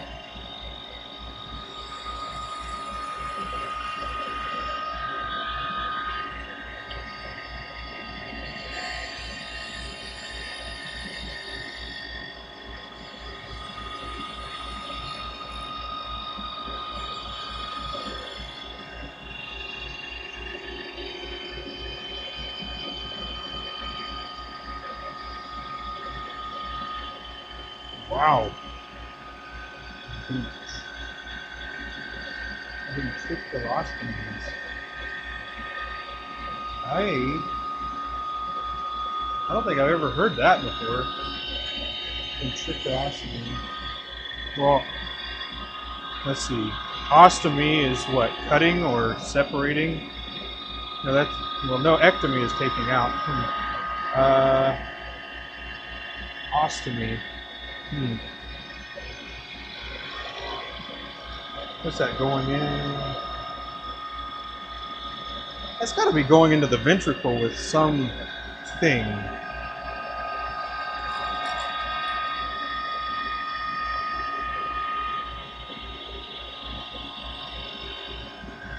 I remember some of the Latin.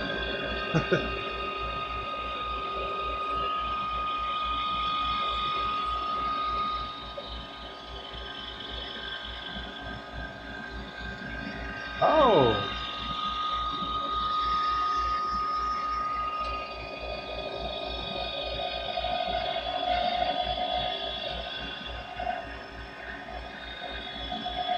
Oh. Oh. Brain ventricular. Okay, all right.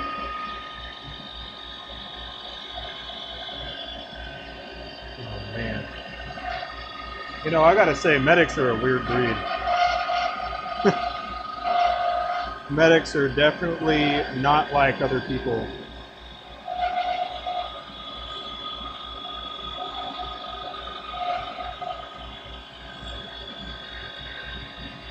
You see, I like that kind of thing. I think it's fascinating. Oleg, Oleg! Because once isn't good enough. What's up?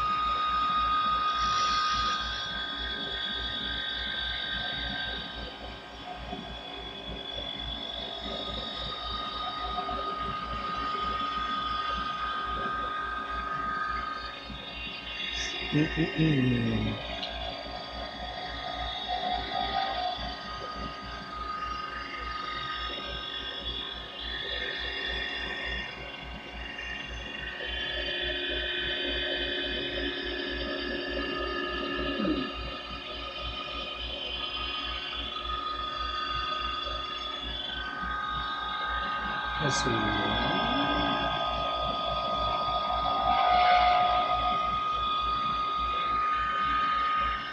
Alright, this is...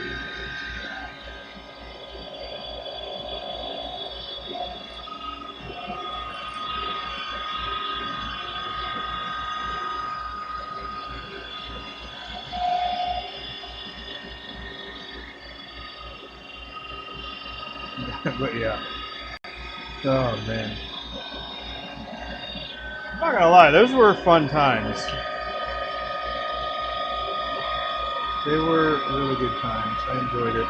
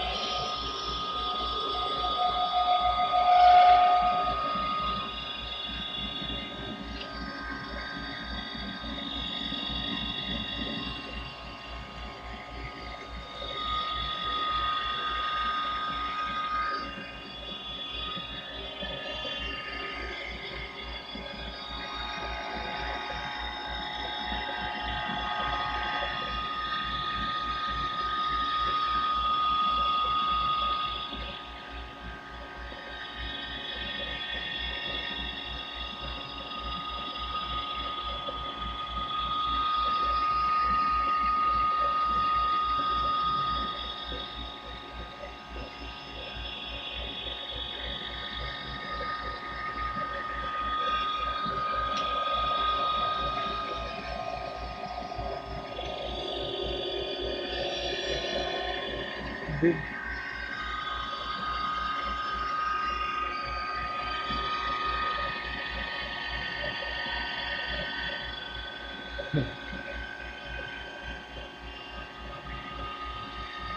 Yes, I do remember those.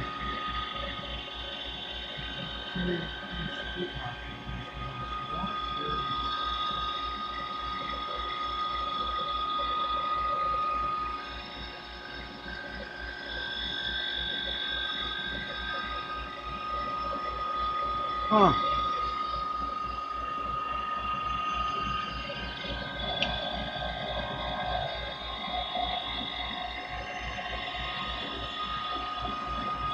I do remember the rubber band plane. It was playing hockey.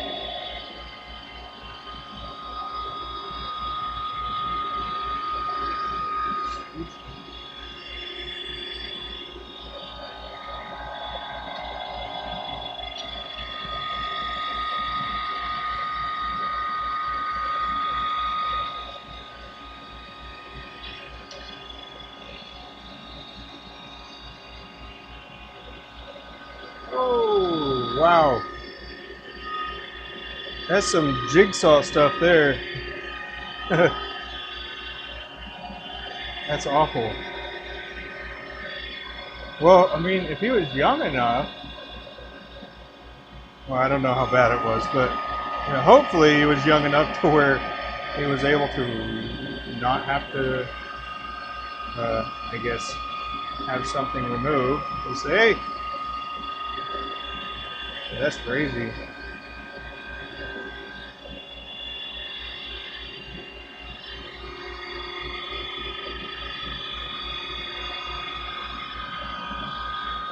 I wonder how many rotations that actually was. Ah, dang.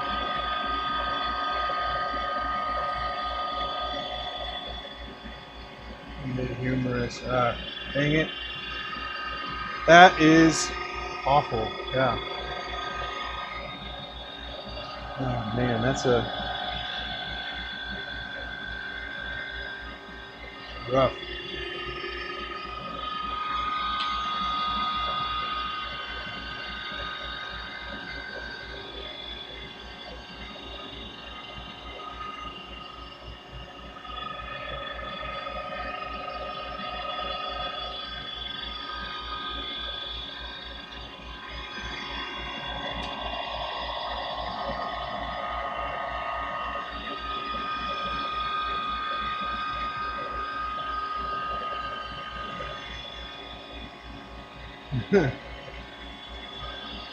Man, you're not kidding.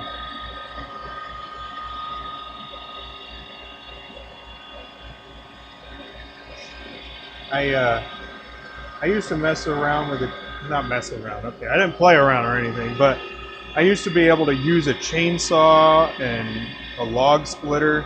That's what I would do growing up. I would split logs with my grandfather and sell them as firewood, and we were clearing out some of the paths in the backyard, basically. I lived on, I grew up on 28 acres, and a lot of it was wooded, and I had a dirt bike, so we'd be clearing out some trails, and some of the trees would need to be gone, and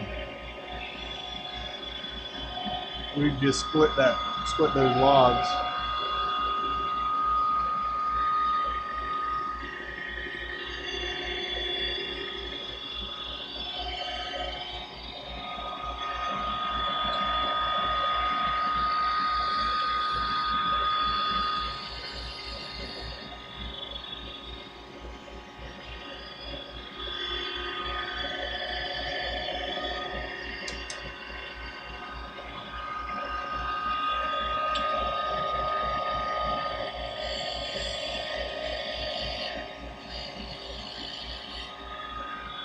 But yeah,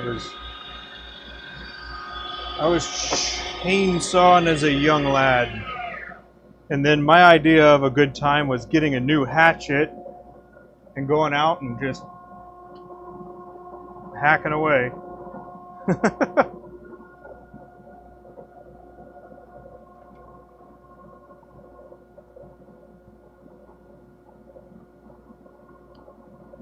Let's see, major thing about bikes is crashes.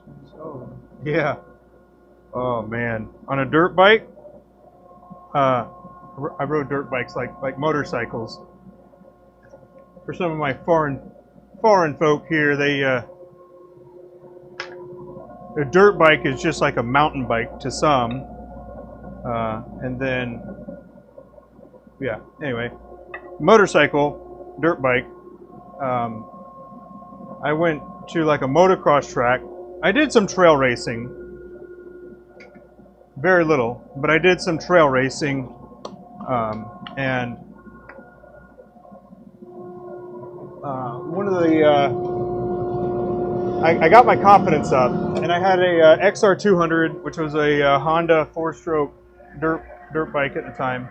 And one of the things that I'll never forget is I took my trail motorcycle or dirt bike at the time onto a motocross track. And if you know much about dirt bikes, 4-strokes at the time were much heavier, and they had torque, but they didn't have quite the speed as a 2-stroke was able to get very quickly. And I went for a triple. Why? I don't know. I went for a triple. I went hard. And I made it off of the launch ramp, no problem. I cleared the second one. And I landed on the third with my front tire at the front of the ramp and my back tire on the back side of it. And so I cased the dirt bike, is what we called it. And I racked myself, you know, on the jewels there. I racked myself pretty hard. Pretty awful. But anyway, I cased the dirt bike. I flew off of the bike and it kept going. And I smacked my helmet on the handlebars, and it, you know, it broke my helmet. But, you know, we were all right. We were all right. We got up. We were embarrassed. And I had to chase my bike down as, yeah.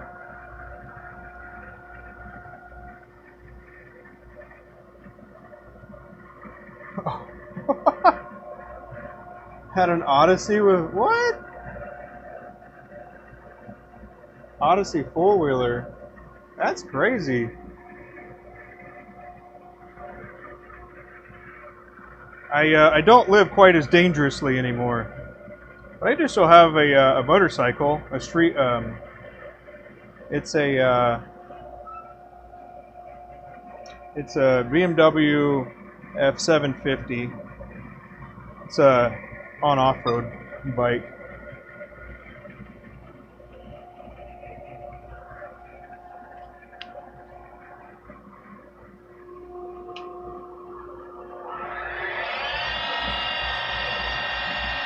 But yeah, I gotta say I did have a pretty good childhood. I was happy to have it.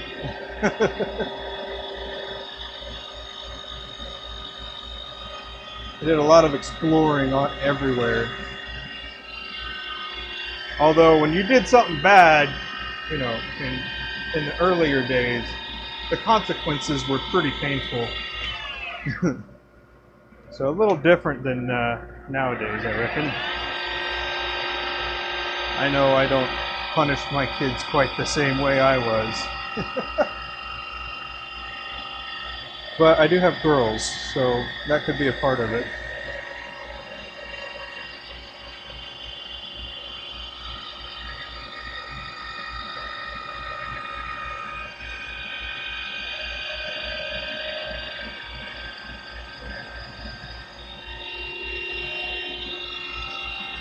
Yeah. Let's say that the consequences were a bit more punishing when well, you know, different time periods, I suppose, and different people dishing out the consequences, too.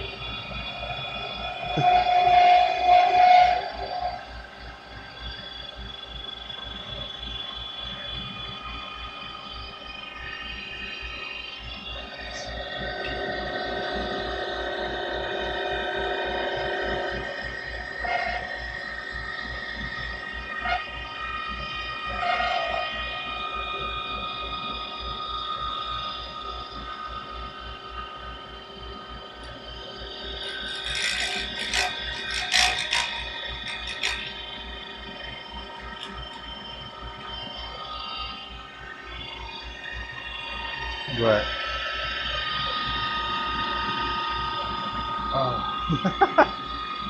I don't know. I think it's interesting because I'd say that my risk tolerance is like conditional to it being something that I've done before or never done before. Like, for example, I would go rappelling, no problem. And I'd know how to tie all the anchors and be able to rappel, whether you're using the gree-gree, the figure eight, the munter. What else is there? The ATC. Those are different rappel devices. I'd still be okay going to do that, but I know some people would absolutely not want themselves to go over a cliff edge on a rope. So I guess that's an example. Skydiving, I would absolutely go skydiving some more. I'm just waiting for my kids to get old enough, really. I can't wait to take it. It's going to be so much fun. You got to be 18 in order to go. Still got like 5 years before my youngest is able to do that.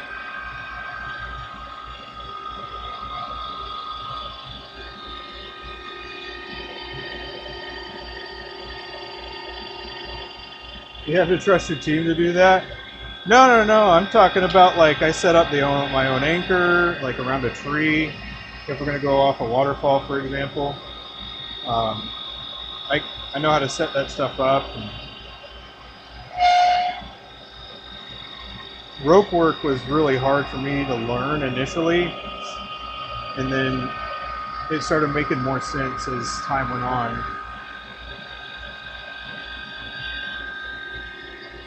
Yeah, you kind of need to have your back not in a messed up state. That's for sure. You don't want to, especially if you were doing like a tandem jump, because you usually come in and you're landing on your hind quarters. But you do kind of glide when you come in with a tandem jump master.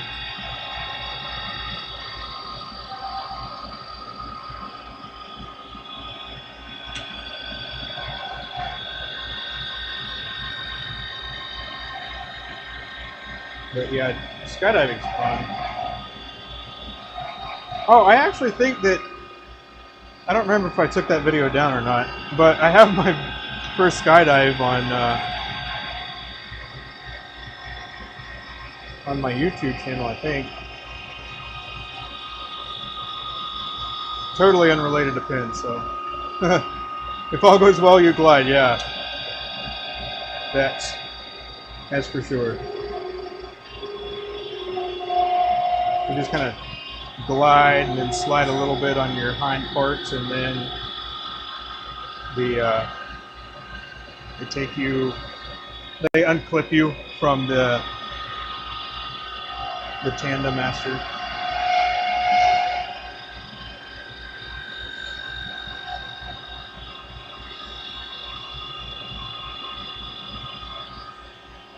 But with that too, we were at a drop zone. That's what they're called, drop zones, where you skydive and then you land there. It's called a drop zone. But we had some swirly wind. It was a little dust devil, is what we called them. And there was somebody that was like 25 feet in the air, and a dust devil came and basically took all the air out of his parachute about 25 feet up. And it was on a grass drop zone, so there was no like seeing the dust devil. It's like a little twister, a little vortex of some sort. But yeah, that took all the air out of his parachute, and you need air, so you need to be able to move forward in your parachute in order to actually have air inflating your canopy. Uh, it's called a ram air parachute. Um, and so there's openings in the front that let air in, and then you have to have like a forward drive in order to steer and stuff like that. So that's why the angle of the parachute is also the way that it is, because you have to be able to move forward to be able to steer. But anyway, it took all the air out of his parachute and collapsed it, and he fell like 25 feet. Yeah, free falling. Got a little hang time.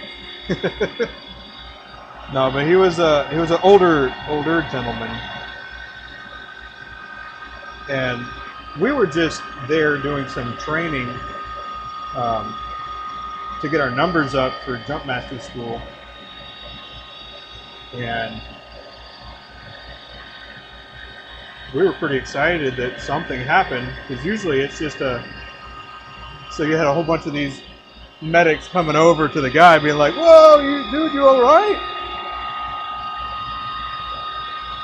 Well, he wasn't all right initially. He landed, and then I'm pretty sure his knee hit him in the face, and then kind of knocked him a little silly. So he didn't lose consciousness though, which is important.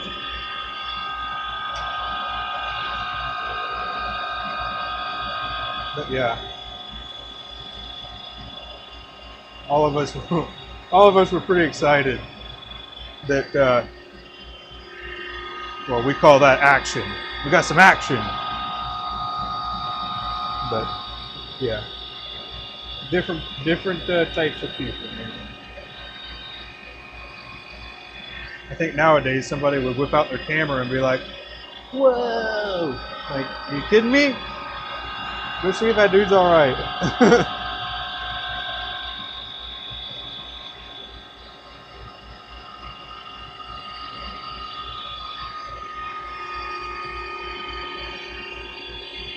But yeah, he ended up being fine. But yeah, he knocked him silly.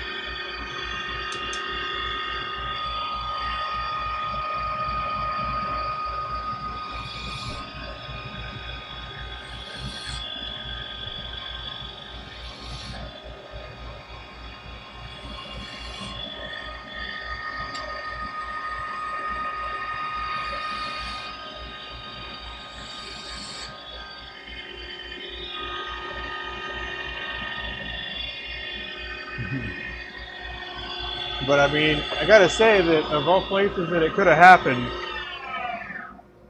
he picked a good time for that to happen. Well, I say it like he did it on purpose, but you know, of all times it could have happened, it was fortunate that there were like, I think there was about 10 of us there, all paramedics. And anytime we did training, we always had to have our med bag with ACLS drugs and stuff. So, you know, we're pretty set.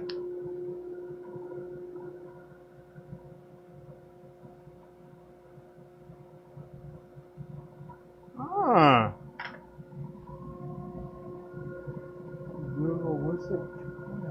Okay. Yeah, I'll need to write that down because I'm gonna forget.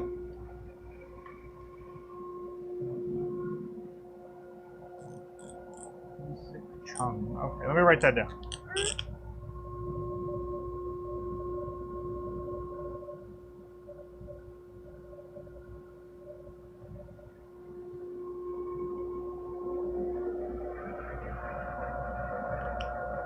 Yeah, I think so too.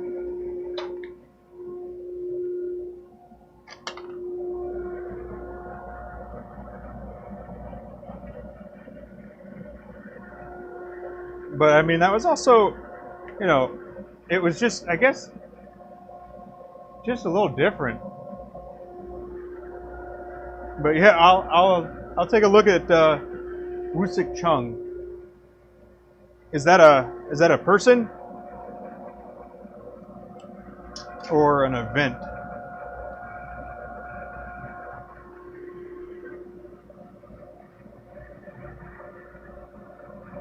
Probably a person, right?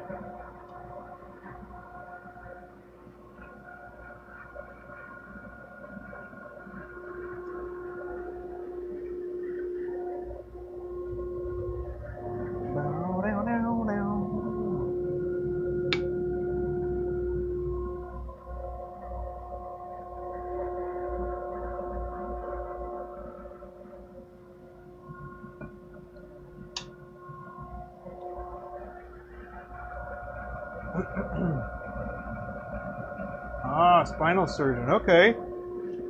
Wow. Wow. Just crazy.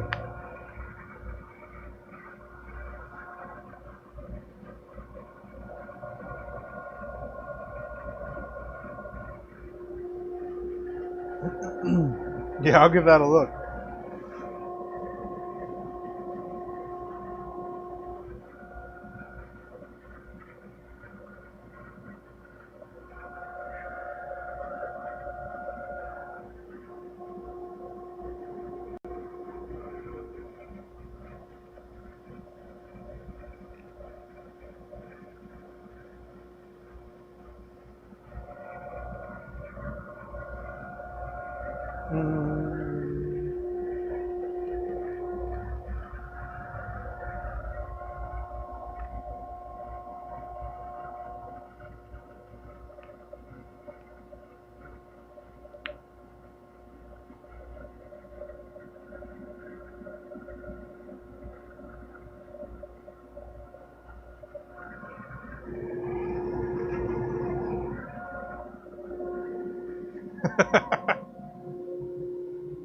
If you didn't know, my phone is right there, and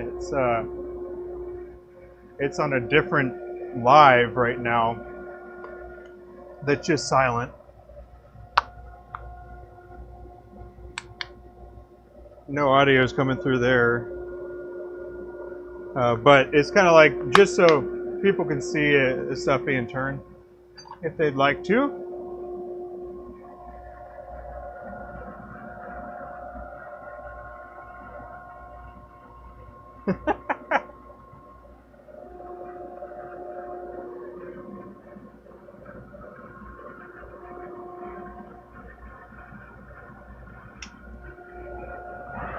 But let's see.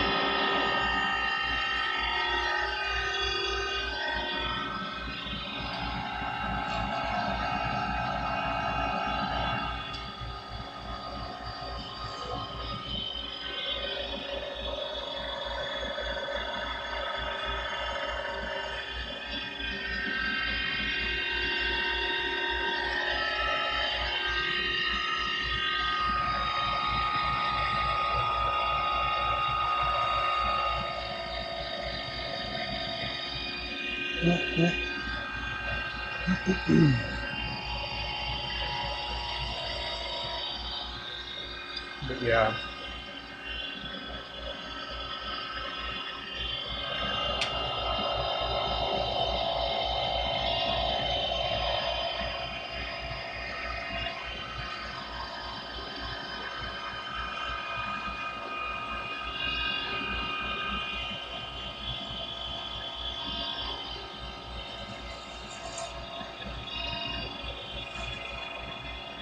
So I picked up some packages today. They're from someone that I had made a pin for earlier this year, and the package got delivered. And I was talking to you, Gerald, about it, as far as like your package like intact and doesn't look all beat up and stuff. Well, the package that we just got back was from somebody's pin that had gotten broken.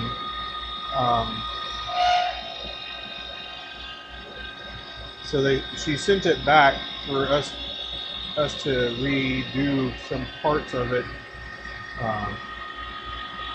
But the real kicker of it was her first blank that she made, and she wanted it made into a fountain pen.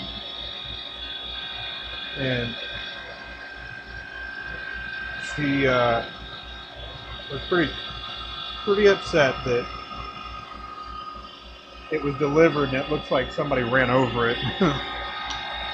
Or there was like a giant crease in our box that we sent it in, and pretty unfortunate. But I have that one back that I'll be remaking some components for it.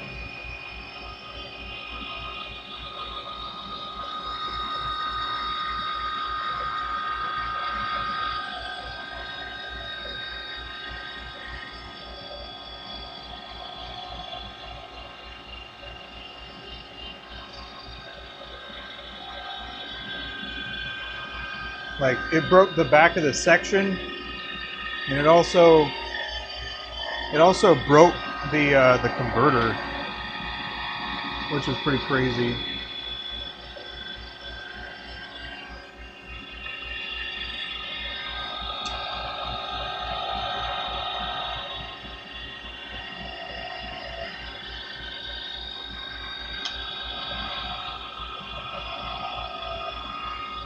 Probably in the barrel itself. I might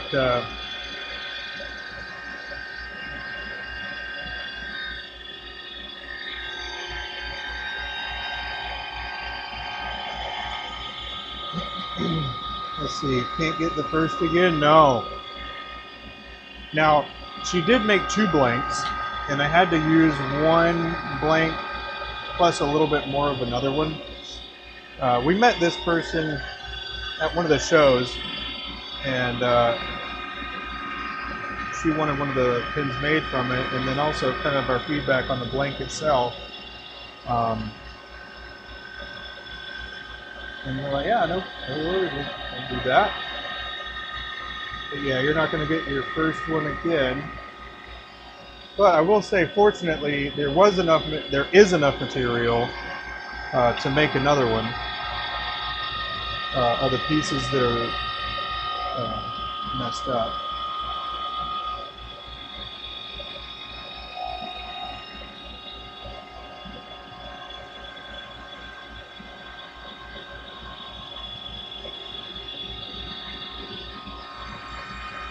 I felt bad.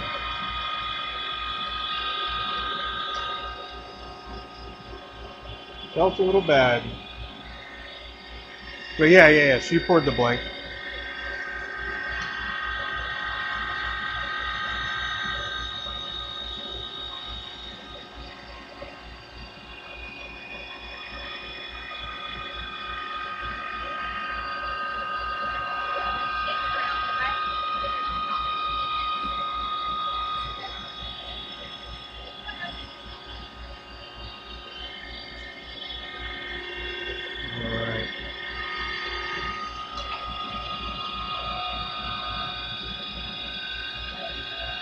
Got about 30 more minutes, I reckon, before I gotta go cook dinner.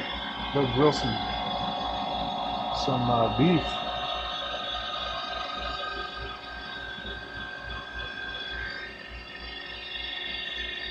But yeah, I mean, it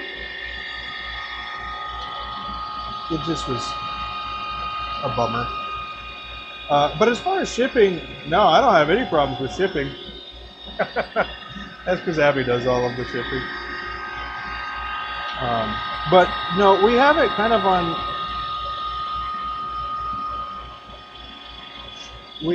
I guess we kind of structured it the way that we did, so we could kind of put shipping.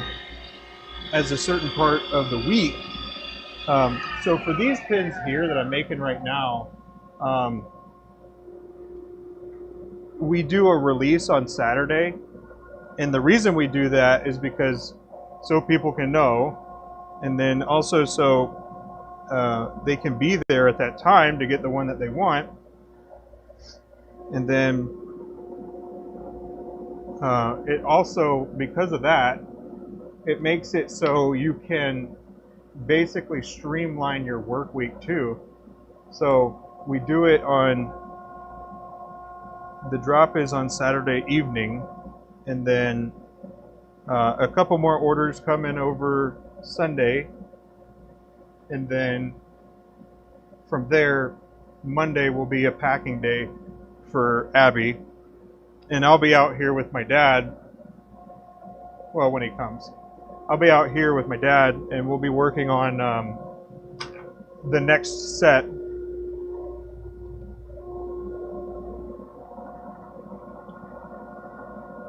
Hey, Tiny, what's up? But yeah, that's kind of how we have it, and we structured it like that through a lot of trial and error.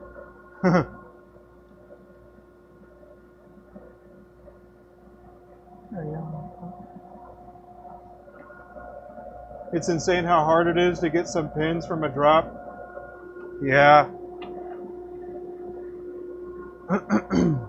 I believe it. But, I mean, from a business perspective, you know, that's one of the best ways to do it. Like, here's what I built up, and then here's what you can buy. And then, you know, it's kind of out of the business owner's control at that point. But from a consumer perspective, if I was trying to get something like that, I would be kind of annoyed, I'm not going to lie. Like, some of those things would be annoying. And a lot of people that don't really know, like, the effort or setup and stuff that goes into that type of thing as far as being organized, they're just like, well, why don't you just make another one? Well, that's not really how it works, because that interrupts like the whole workflow. And if you have a system that's working, you don't really want to mess with it. So we used to make 75 plus pins a week initially, and that was just not sustainable. And we had adjusted our volume of production to allow, you know, time for other things to happen in between. And, you know, that's not going to look the same for everybody, but it is tough. Because on one hand, you want to make the customers happy, but then on the other hand, you're like, well, I got to maintain my sanity too. I can't, and we make it,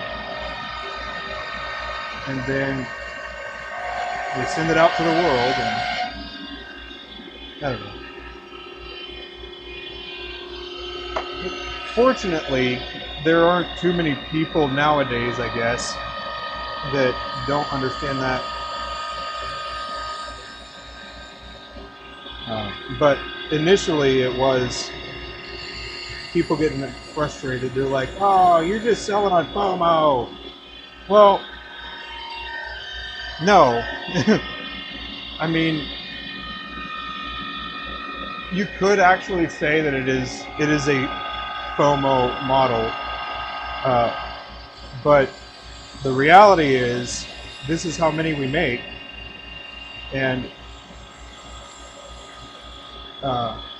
because we do it the way that we do, we only have so many. Otherwise, we'd be making even more batches of blanks, which isn't impossible, but it's another one of those things where you're like, you can't please everybody no matter what. And so,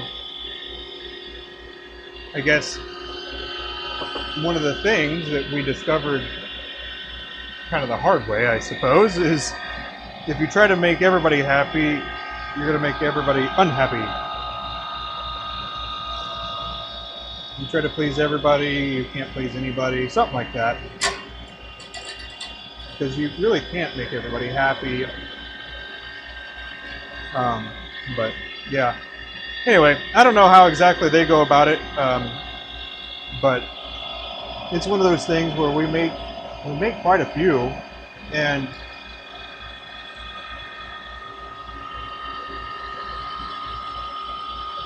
we have a lot of customers that like a variety of sizes and shapes and everything in a specific color scheme or colorway, and there's not really a good way to go about it, and it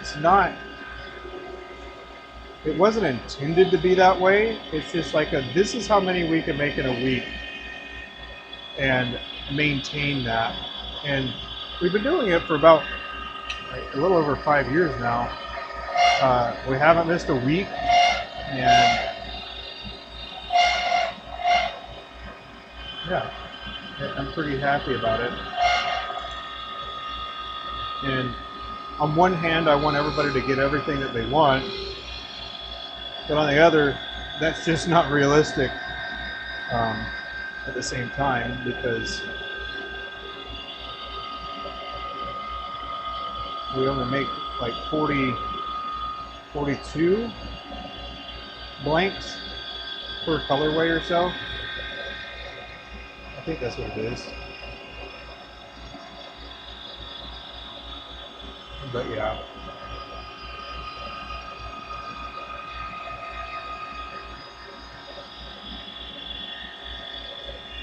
Hey, what's up, Hillbilly? How you doing, man? I appreciate you stopping by. Thanks for the attack.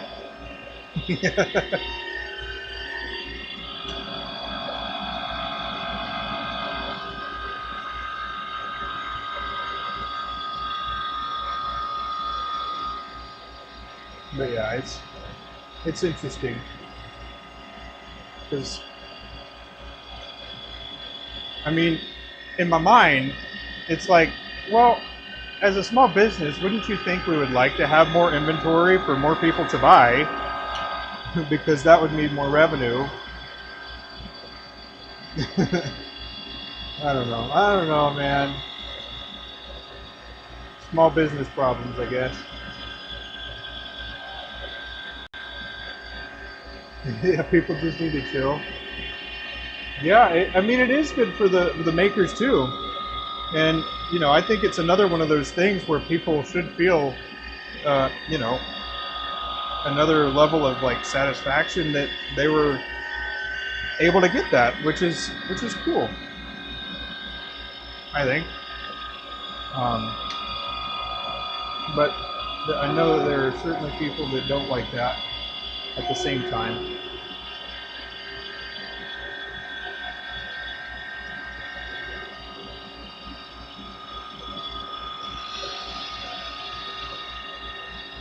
I just cleaning your no, just cleaning your office and listening. Wow, right on. Appreciate it.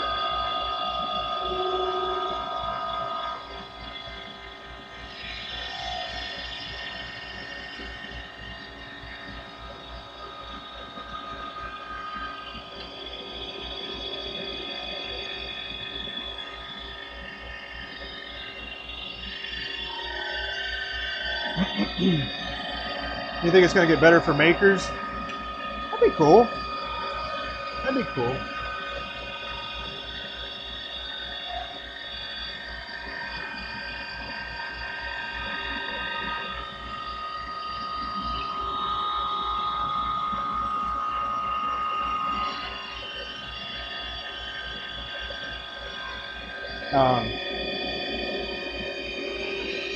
And I really enjoy making pins. Like, I think that making pins is super satisfying, and you know, trying out different things, and you know, having the setup become try different stuff is what really is mostly appealing, or one of the biggest draws for me. Yeah.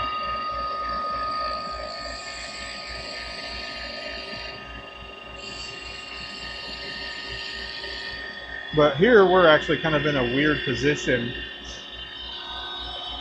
or not a unique position, where, you know, making diamond painting pins is kind of where we actually were able to gain traction and make a living off of. However, fountain pens are still one of my favorite things to do. I'm kind of being choosy with my words. I don't want to.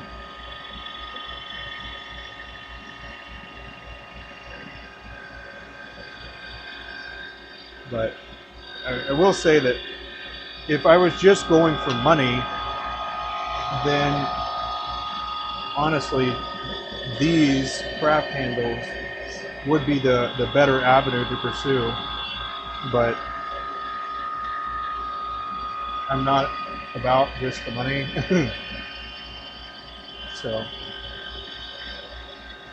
I suppose it might sound strange, but I turn because I like it. And I like making a lot of people happy at the same time. One of the earliest ideas that I was thinking about, and I don't know how I would make it happen yet. But, you know, I'd still probably turn even if I had no need to financially of any way.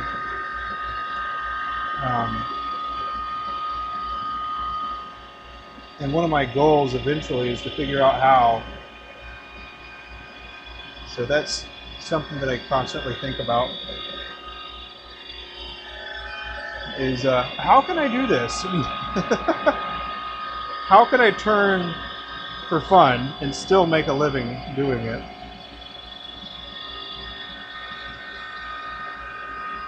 But giving stuff away, I don't know. Kind of a weird goal, I suppose.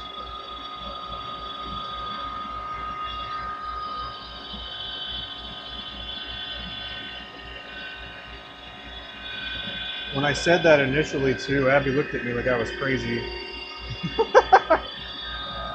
Oh man, let's see, sorry. Let me get caught up. 75 a week, yeah, it was crazy times. Cleaning the office, yeah, I think so. You cleaning the kitchen? Oh man, you made exactly 4 pins in the last 4 months. Whoa, hillbilly, pace yourself, man. Don't get carried away.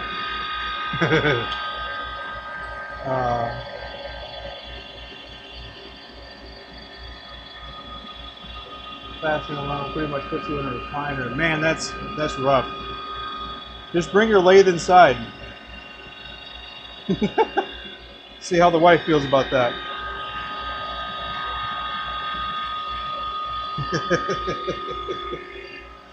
I mean, Robust does have a lathe that'll tilt toward you, so you can do it while sitting, but not in a recliner though.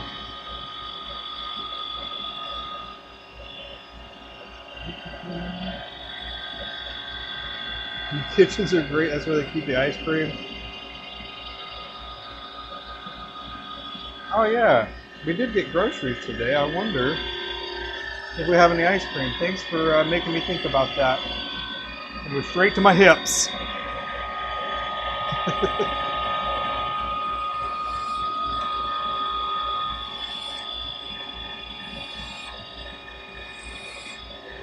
Let's see. Next up on the list for the best newest flea market, make a place moving. Right on.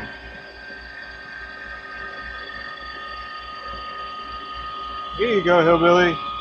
It sounds like your type of thing, man, and it's good timing too, because the holiday's coming up.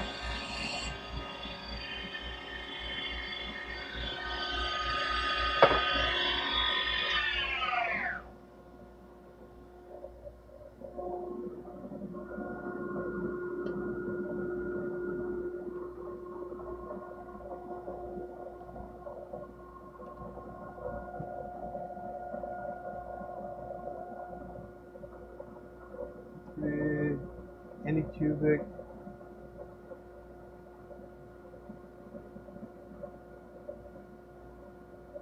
Hey, Mike, what's up? Yeah, I'm about to go throw some meat on the grill, so I'll be wrapping it up here in the near future too. And then I was thinking about coming back out a little later, but I don't know. I haven't decided quite yet because I want to work more on my SKU stuff and get some more practice with that. And I can't do it on the work on the during the day job.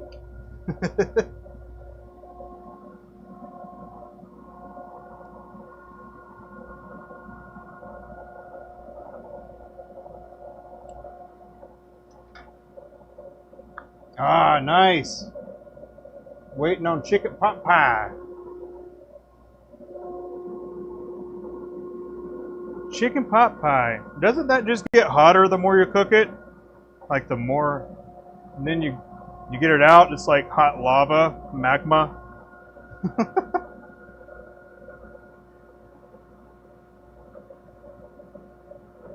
He dropped a message in Discord. Hey. Some show setup advice.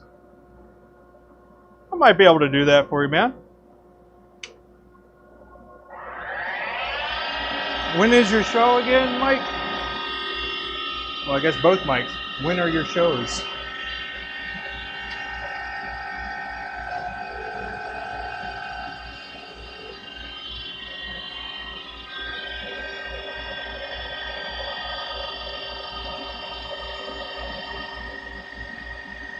What?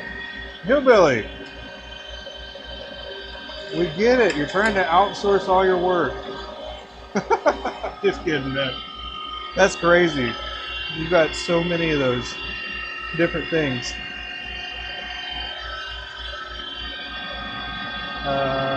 Wheat.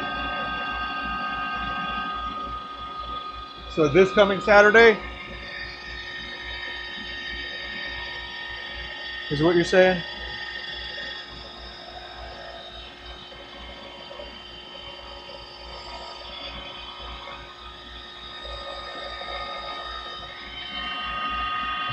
You just had to make us all look bad too, Hillbilly. I have one. I got one 3D printer. And then, yeah. We got a Bamboo Labs. I gotta say, I'm very happy with the Bamboo Lab. So, one of the easiest things, really low barrier entry to 3D printers, that's for sure. I'm just messing with you, Billy.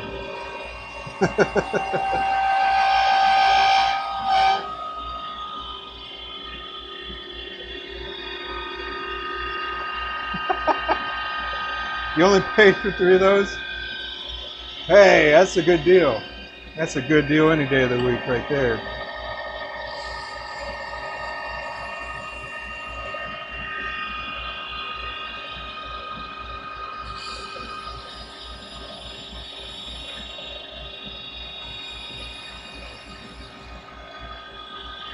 That's really cool.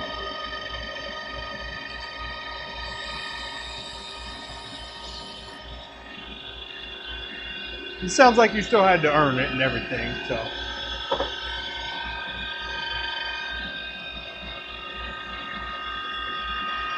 That's awesome. If anybody has questions about printers, I know a guy.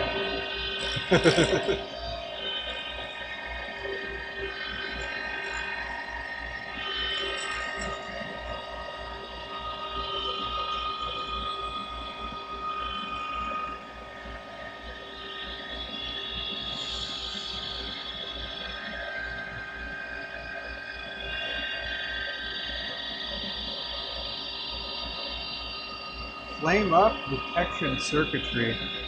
That's crazy. Now, I gotta ask, without getting too deep into it, What is the flame up sensor and what triggers it? Is it a thermometer, a temperature change, or like a or something else?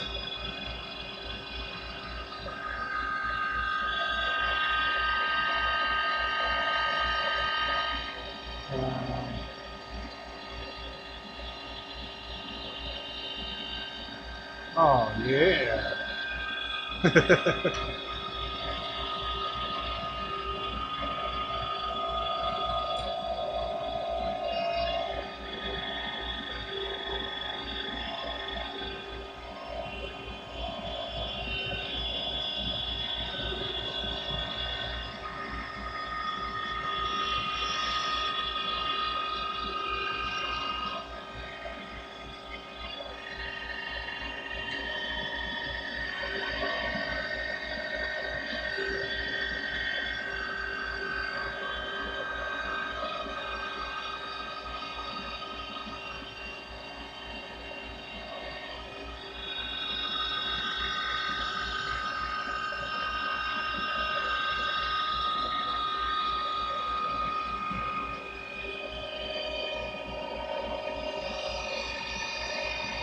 IR. That's crazy. That's cool. Well, man, I'm glad we got people like you that know how to do that type of stuff.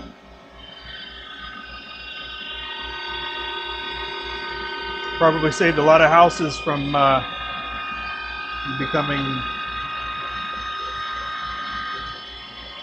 ash piles with the innovation and work that you've done, man. So.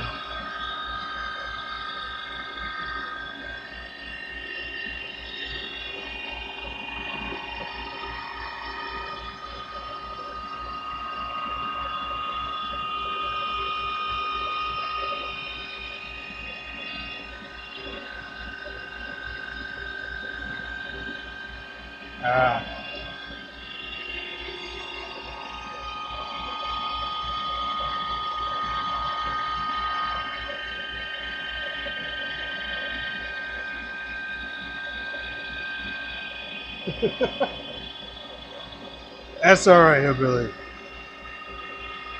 We ain't judging you for your spelling. Well, at least I'm not. I ain't gonna judge you on your spelling.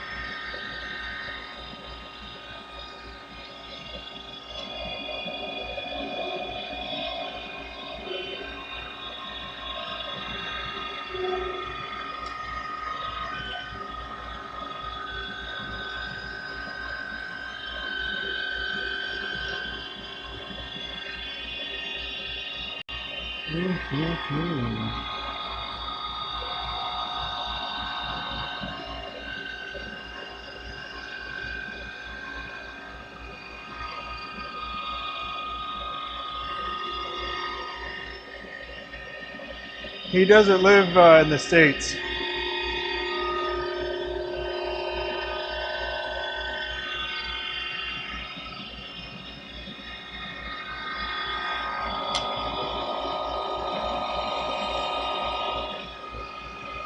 Figured I'd throw that out there.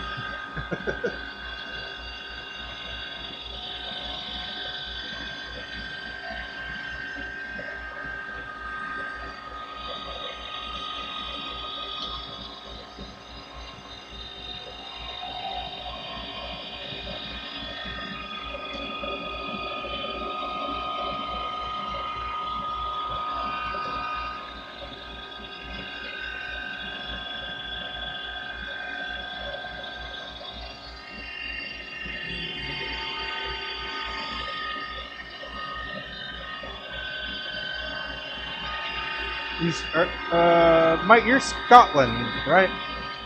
Scotland?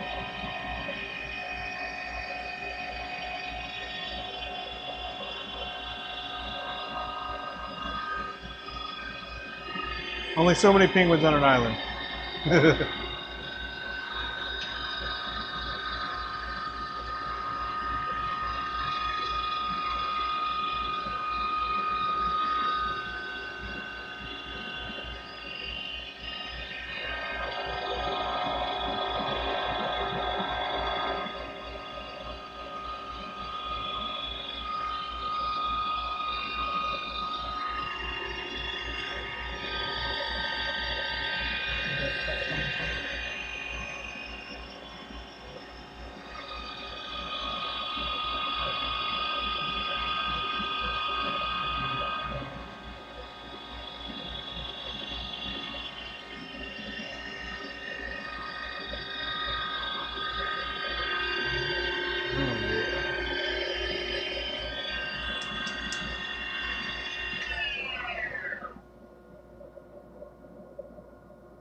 Mm.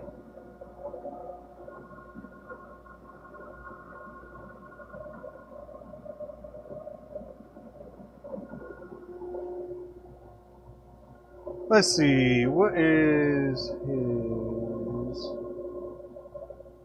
word? No.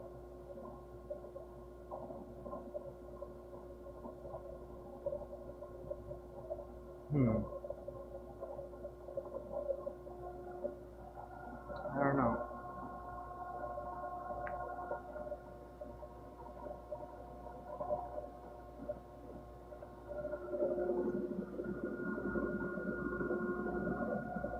Let's see.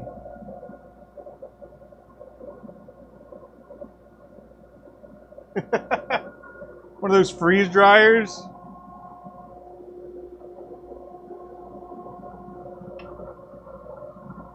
Are you gonna make some space candy or something? Astronaut? What is it? Astronaut? Something? Astronaut food?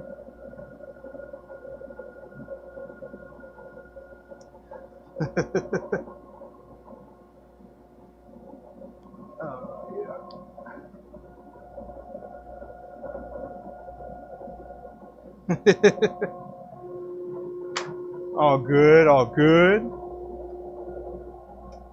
Let's see. Okay. Been going at it. Going at it for a good while. Let's see.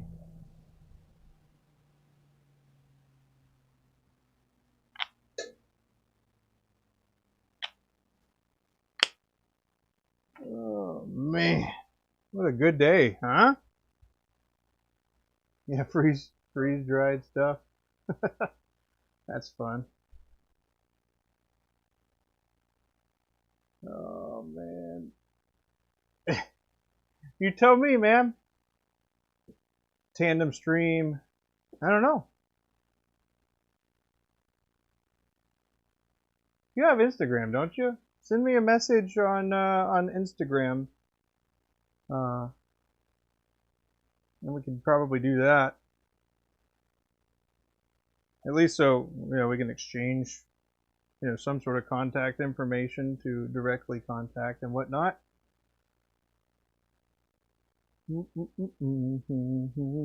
But I am going to wrap up for now because I got to go feed the fam. I got to go get the grill started and get that bad boy roaring and then cook some steak. Yes, indeed. It was a good stream, indeed. StreamYard. Yeah.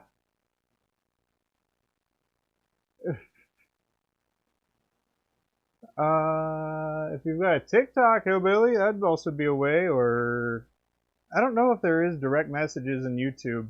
I don't think there is. But